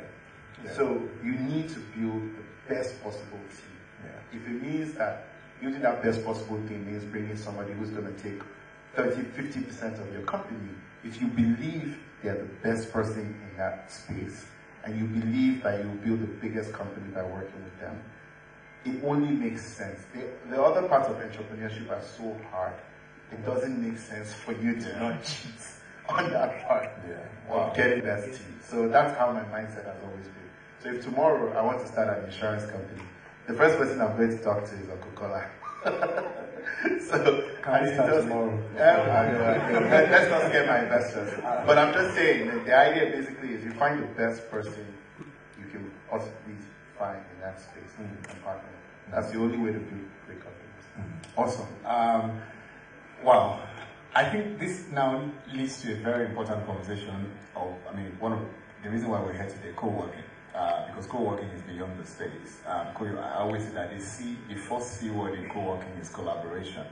You've just extensively you've spoken about collaboration now, about just bringing the best sort of like team together and just inspiring them to do great things. That's what I made out of what you just said. And just by the way, this session, like I said, is for everyone here. One way or another, you're an entrepreneur here. So please start getting your questions written down. And the reason why we're not passing the microphone around is so that we can save time quickly and take as many questions as possible. Pass them straight to the aisle so that the ushers can bring them to me specifically for any that you have specific questions for. I know many of you are looking to leverage on a Flutterwave's platform. Here's an opportunity to talk to the guy who built Rave. So just the guy leading the team. I didn't write any of the code. That's the mindset of a team builder. Awesome. So collaboration. How does an entrepreneur actually, because are these skills, are they natural? Are these things that you have to build to be able to even be able to spot the right set of people to see that, okay, this person is going to add value to my company whether at the early stage of the business or at the growth stage or at the scaling stage. How do you spot those kind of people? And what are the things that you need to do to even sort of like attract these people? That's a great question. I think the first thing is build genuine relationships. I see a lot of people walk into rooms like this and they're just looking for an investor, they're looking for an engineer, and if you go through life trying to find people you can use, you end up being the one who ends up being used. So build genuine relationships. Just like my general approach to life is just, walking somewhere, just try and make friends. I don't think the first time I met Pastor Kola was when I wanted to rent. So basically, you call me different things. You call me different. Okay, the only name I will call you is yours, Charlie. Just say Kola. Okay, but my point is, that was not the first time we met, right? We had general conversations, we had other needs, and then we talked, and then we found other ways to work together. And then it blossomed into a relationship where we started with you, we went somewhere, we thought we could manage it by ourselves, we came back home. You know what I mean? And that's just how life is. So the first thing is really build genuine relationships. It's in genuine relationships that you will then find all those things, whether it's customers, because a business is held together by two things, right? Two kinds of relationships. A relationship with a team that can help you execute, and a relationship with customers that will buy. Fantastic. So relationship with a team and relationship with So whenever you walk, what the kind of relationships that matter for you are those, as a business owner, are those two relationships. Those are my two most important relationships. Apart from my family and my church, those are my two most important relationships.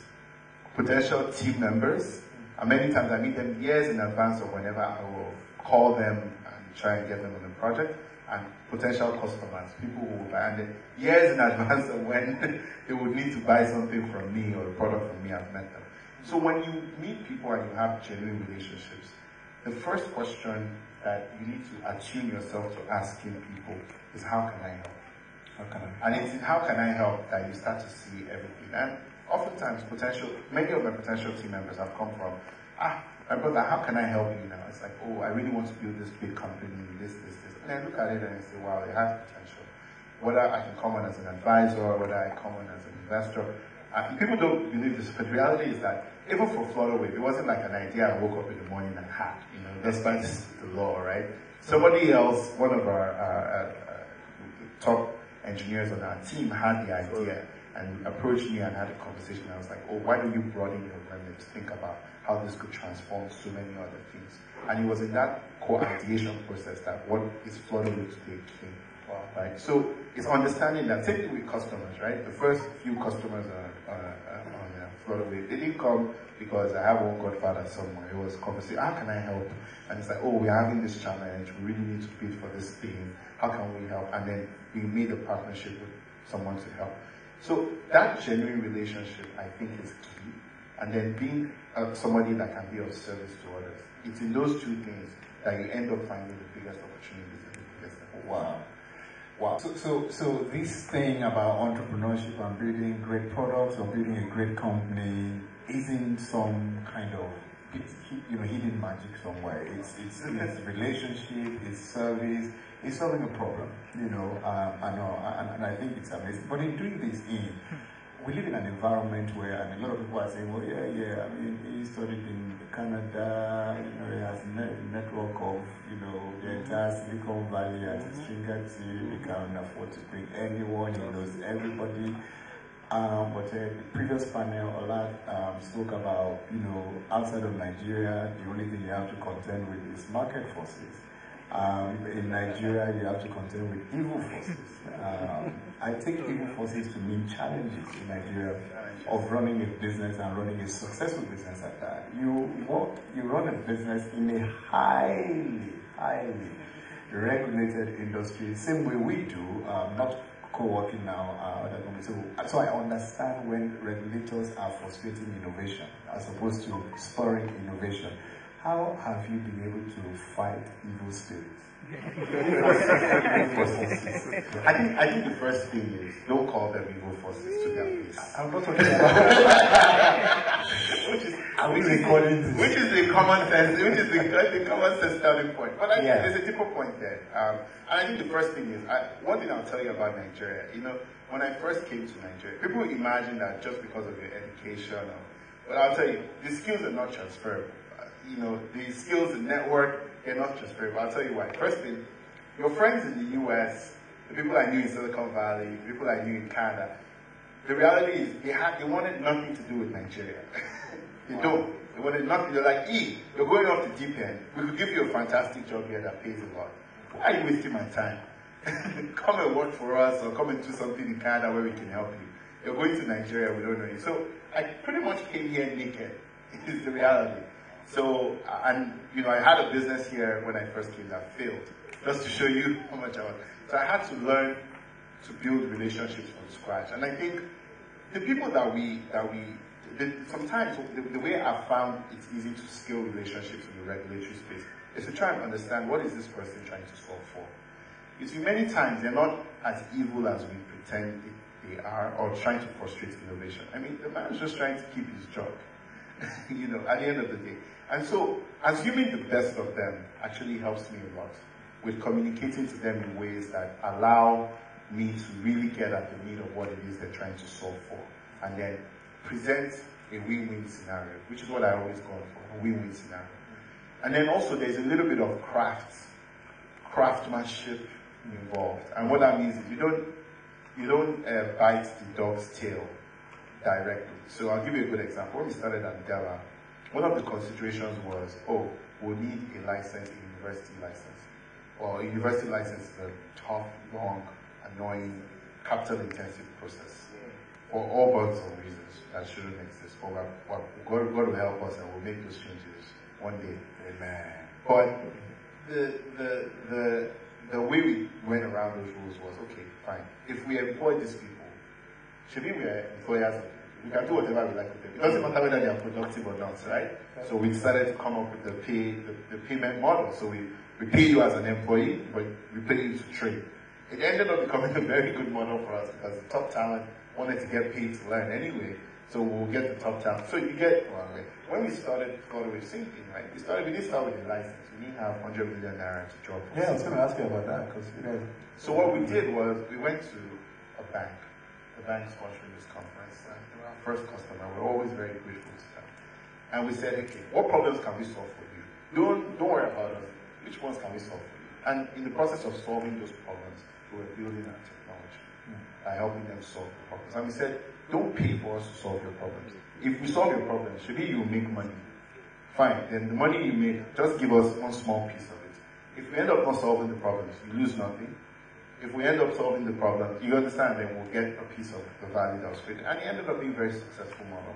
So it's in that finding ways to collaborate that you're able to work with them. But what I find a lot of people do that doesn't help is to immediately attack the regulator or attack evil forces. Everybody has interests. Yep. Just figure out. Nigeria is actually easier in that respect because when I was in Canada and the US, you deal with a lot of quote unquote principled people, which is tough. I'm not saying that it's bad to be principled. I'm just saying that sometimes you don't really figure out what the person's interest is. Yeah, because the person's just a brick wall, But here in Nigeria, they're very open. People are very open, like, what do you want? Yeah. Okay, fine. I can give you or I can't. And if I can't give you, it's ground for us to walk away and remain friends. If I can give you, we work out a way to make it happen. So that's how I deal with that. Fantastic. And for me, I think this leads to a couple of questions that I'm getting from here. And also, I just checked a question from social media that someone is asking about. I mean, all of what you're saying requires a degree of negotiation skills. I mean, you've got to be able to negotiate and sort of maneuver your way through the murky waters of Nigeria, if I could put it like that. A couple of questions here around that. How do you negotiate effectively? Because it's important for an entrepreneur to be able to not just negotiate for sales, but now even for partners, in order to effectively collaborate without giving too much away. So I want to negotiate, I want to bring you on board, but I hear you say 50%, somebody is talking to somebody saying, you just say 50%, that's half, So how do you negotiate in such a way that you give away, but you don't give too much away? I have three principles when it comes to negotiation. The first principle is the law of unit economics. So the law of unit economics is very simple, right? Is how hawkers in the streets make money. Which is, I buy a plantain chip for 70 naira. If I'm going to make money, I must sell it for more than 70 naira. If I sell it for 90 naira, I've made 20 naira. If I sell it for 30 naira, I've made. If, as part of the cost of that plantain chips, I need to take bus or Okada and it's 10 naira, it's now 90 naira. That's the only plantain chip I have. Yep. So the first tool of negotiation is really understanding what are your own unit economics, what are your own drivers for your business, how do you make money? Then you're able to understand what you can take. You understand what I'm saying? So that's the first step. The second thing, my second principle for negotiation is how does the other person benefit? And it's a weird one because at the end of the day, if somebody else is not seeing value, it's only a matter of time before they stop, right? If I'm buying plantain, I'm buying plantain chips for 70 naira and I'm selling it to you for 500 naira, I mean, first of all, most people in this room will first of all just tell you, I mean, if your plantain chips, and then that's number one. Number two, even if I'm a foreigner and I buy from you the first time, the second time I won't buy the plantain chips again. I'll look for a cheaper provider. So I always ask myself, okay, what's in it for this guy? As I'm doing this thing, what's in it for you? And we call in Koto we call it shared prosperity, which is the idea that if you're making money, whoever is in your value chain also needs to be making money for that business to be sustainable. Yeah. And so that's something that we've built into our business model. Yeah. And then the third thing, right, is the law of relationships. At the end of the day, everything will still boil down to, outside of the numbers, are we aligned? Are we mission aligned? Are we trying to do the same thing? If we're not mission aligned or it doesn't matter to you, what are you particularly interested in, right? What ticks your is it financial inclusion? Is it exposure to foreign investors? Is it innovation or the appearance of it? And I find that when you're dealing with partners, you have to figure out what makes them tick and then appeal directly to that thing. By the time you line up your unit economics and everything, then you get it. Now, in terms of specifically negotiating with partners, that last thing is very important. And the reality is you also have to have honest conversations with yourself. I always do, because I also understand my own role in building a company. Barely ever the initiator or the idea person. My job is to come in and get you to $100 million as fast as possible. So that's my job. My job is I come in at the earlier stages when you're still thinking, I push it, I get you to $100 million as quickly as I can. 2 years, 3 years. Once we get to $100 million, we have a conversation about what my role should look like going forward. Interesting. And knowing yourself is how you're able to align with other people and say, okay, given this is what I do, this is what I demand for that. And it's okay if you want more. But that helps, and it changes oftentimes, and being able to have a relationship where you can talk about those things with your partners always helps. Yeah, wow, fantastic. I hope you're getting something out of this. I'm trying as much as possible. You know, you cannot, it's impossible to ask all the questions today, but I'm trying to sort of like, you know, use answers to, use questions to question answers in order to answer some more questions. And for me, I think all of the questions that I've gotten so far, they've been, you know, they've been around just ensuring that we were able to get entrepreneurs to start to think of how to build for the future and build to last, so that they don't. If 90% of businesses will fail in their first 5 years, that's 9 out of 10. How do we reduce that? I mean, that's a global statistics. I don't even know what that is in Nigeria because of like the environment that we're in. So one thing I wanted to ask is that, and it's also linking to something that somebody said here. Earlier in the year, the Vice President, VP Tech Tour, had come to Flutterwave, came to Viner Hall, came to other places and sort of like spotlighting. And he was mentioning earlier in the day when he was delivering the keynote speech about how companies like Flutterwave and other companies like that have leveraged on the co-working platform to really start small and then grow big and scale. You know, I think for me, do you mind sort of like telling everyone here and those that are connecting with us online what the journey has been for? How did you decide that, okay, no, we're not going to just go and rent a building and buy generators and power diesel and get security and just having that 4 people. I remember it was 4 people in a room. the small, I mean, and now you have almost 100 people in a huge. 85 now. Yeah, so in another floor. Oh no, it's there. No, everybody can move out tomorrow. But so yeah, what made you think that a platform like on what we're discussing here today, which is Coworking, was the right approach to? Because you have built Andela. I mean, you could have. I mean, there was already a sample of cars somewhere. Yeah. So. I think the core thing really for us was the unit economy thing. I'll come back to that. Unit economies have to be small. The sunk cost of a big building, of generator, of all that, when I only have 4 people and I only have 1 customer, who, by the way, isn't paying me, but is waiting for me to make some money so we can share, means that I have to think very carefully about that cost. And so for us, being able to find a place like Vinia, and it's different because in Yaba, when even Andela, when we started Andela, it was 2 people in one corner of CC Hub. So that was Yaba. But we can't run a business that focuses on banks that are in VI from Yaba. So when I, first of all, newly moved to Lekki, right? The first question, by the way, I moved with my job. I didn't go to Lekki first. I was still coming from Yaba every day. Before I realized that 10 million bridge is one of the evil forces. Correct. I started to cut it off. Yeah, I mean, to be honest, half of the evil forces are on 10 million bridge, right? That's going to start to tackle. Exactly, yeah, that's the first place. But I started to move to we set up an office in Lekki. It was very expensive to find anywhere near my banking partners. So when we found Vinia Hub, we felt we were just relieved. Okay, fine, we have an office. All of us will stand there around the desk, we'll kind of find other weird working arrangements. Some people were working from cafes, working in his lobby, just as a way to chop more of the rent. We'll claim that we're doing meetings, and the meetings don't end.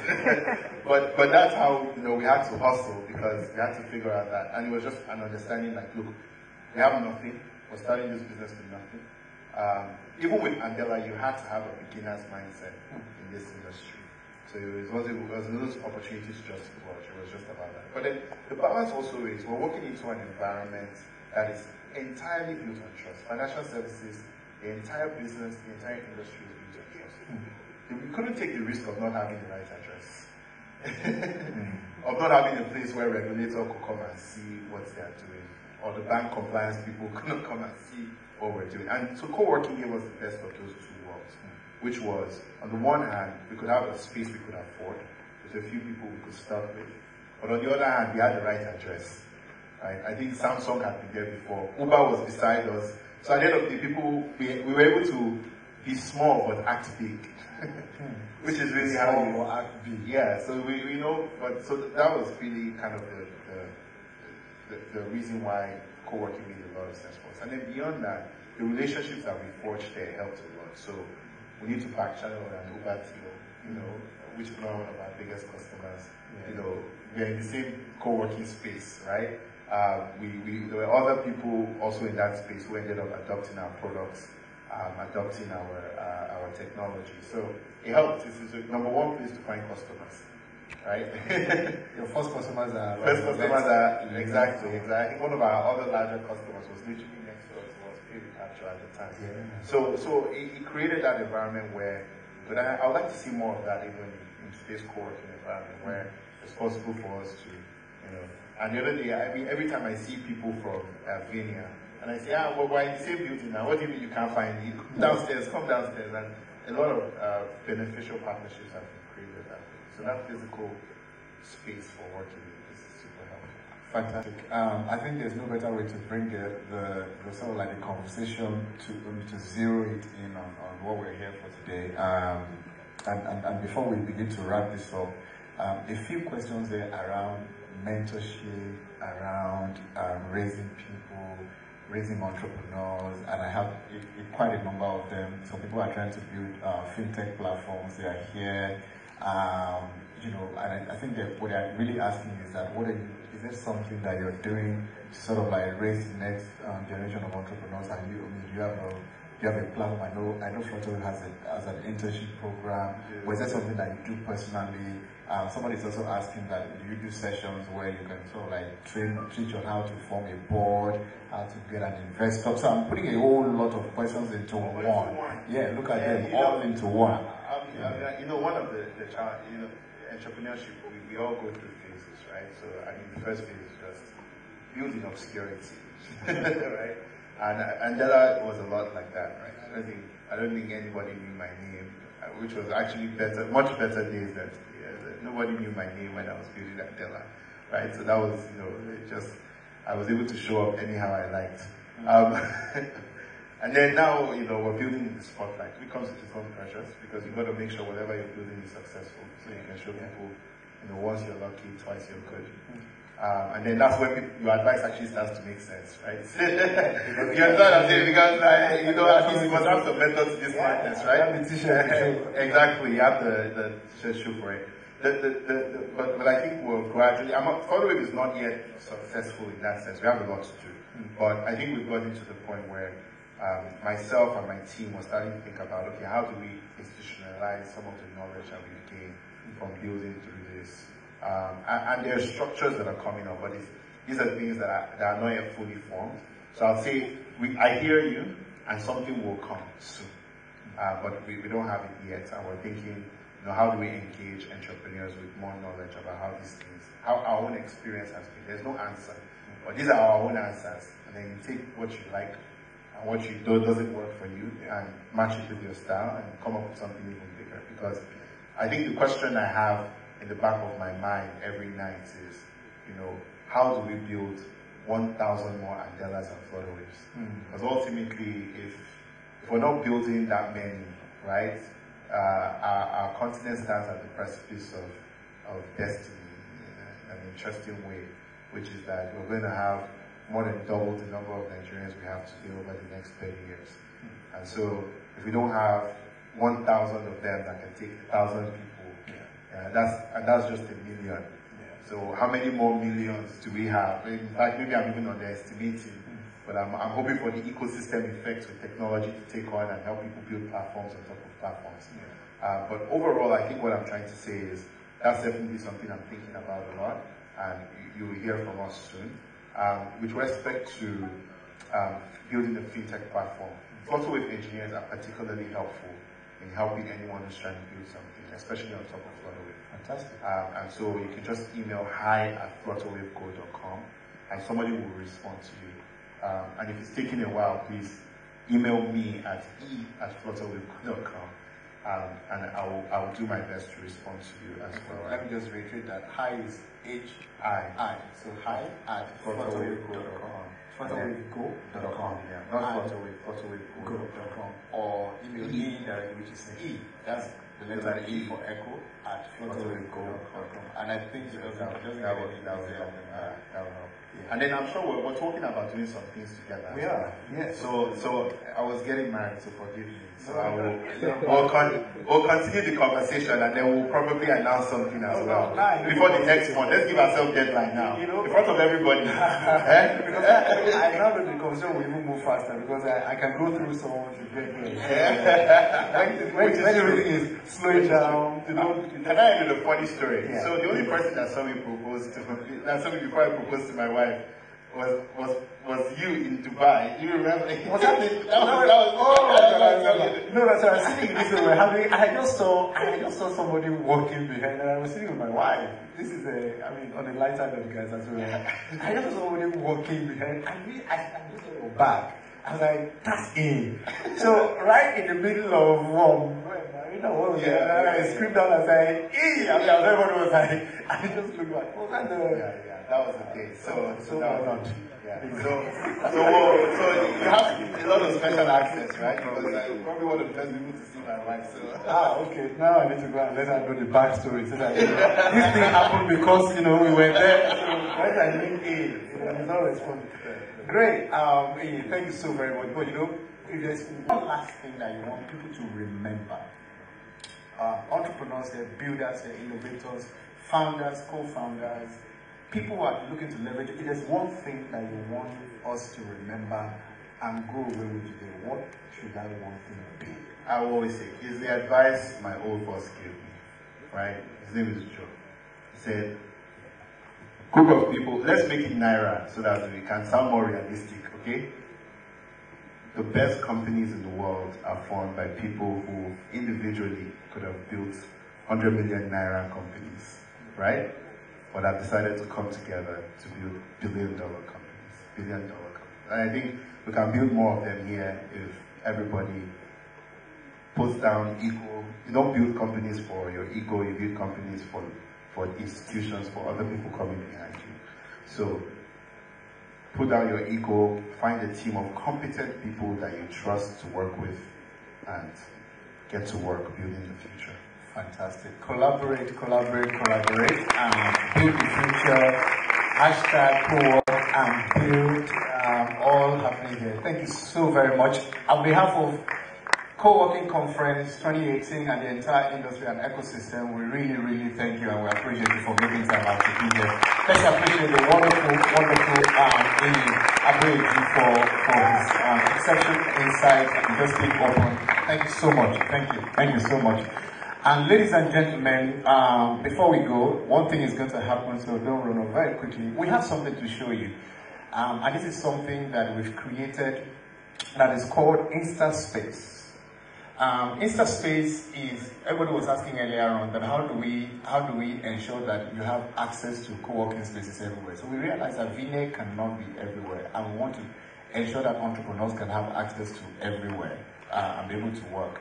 So InstaSpace is a platform where we've gone across Lagos and across Nigeria, and we're doing strategic partnership collaboration with restaurants that are nicely designed and have a great area, a great work area. So almost like a co-working space in a restaurant. And we've partnered with a number of these, so we are essentially listing hundreds, if not thousands of co-working desks across Nigeria.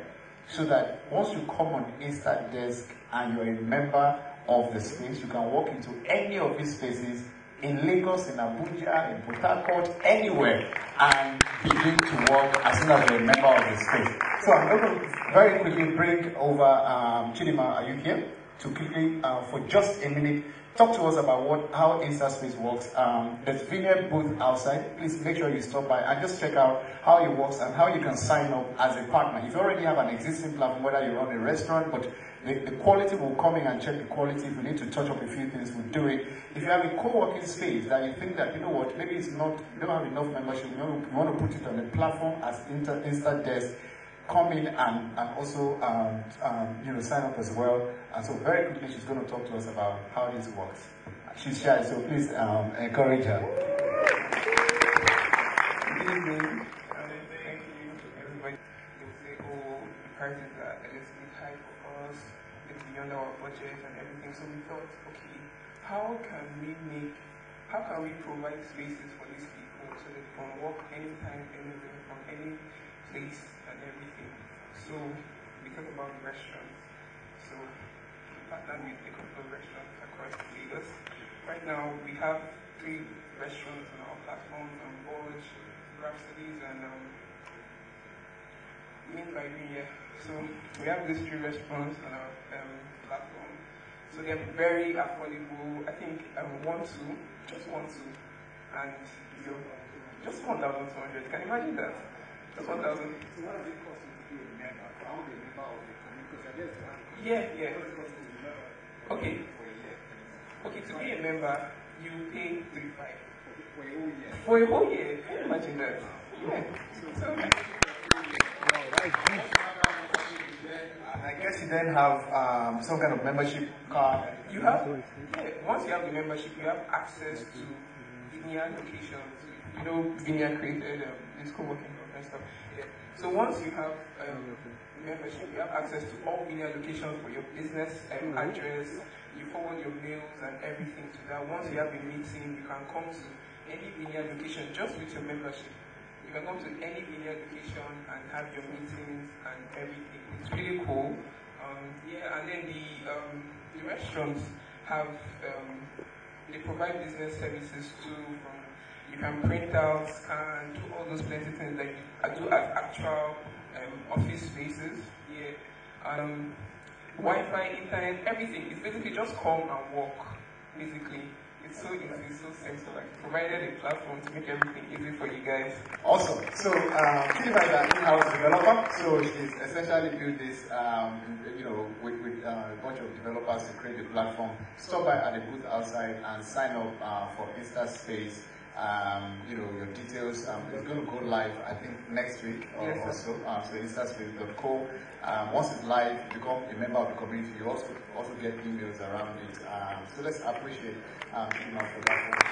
Thank you so much. The last thing we're going to raise, I think, is concept skills. They are called, and they've offered to look quickly. They've offered to train, just so we can get this quickly. Okay. Hello everyone.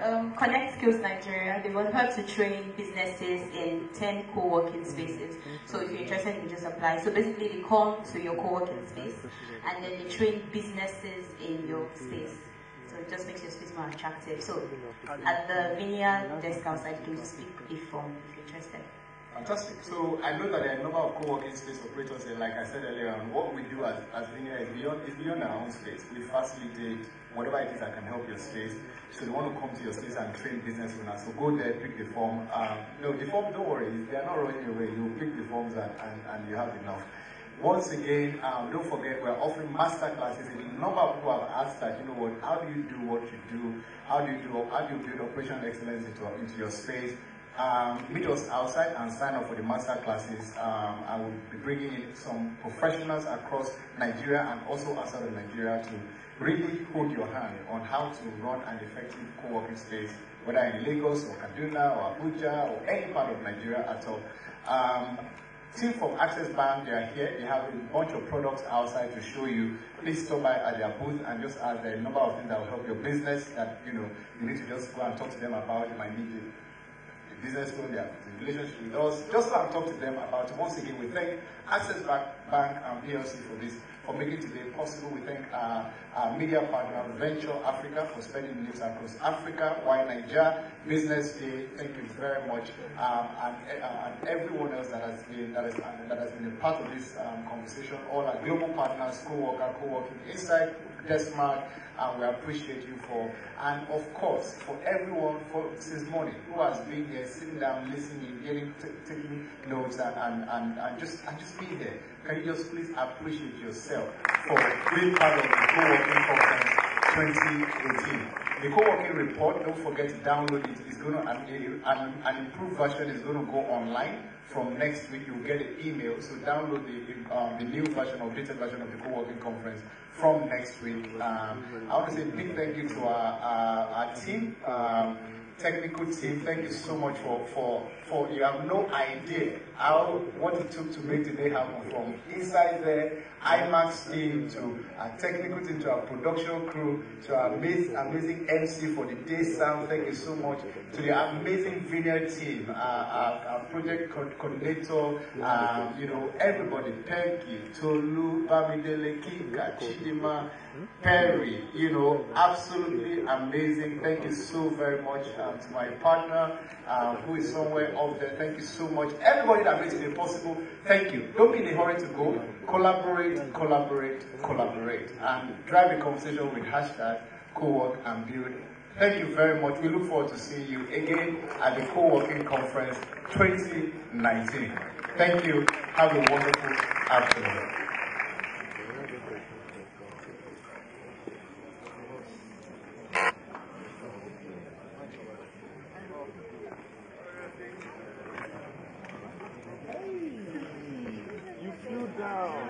Oh my God.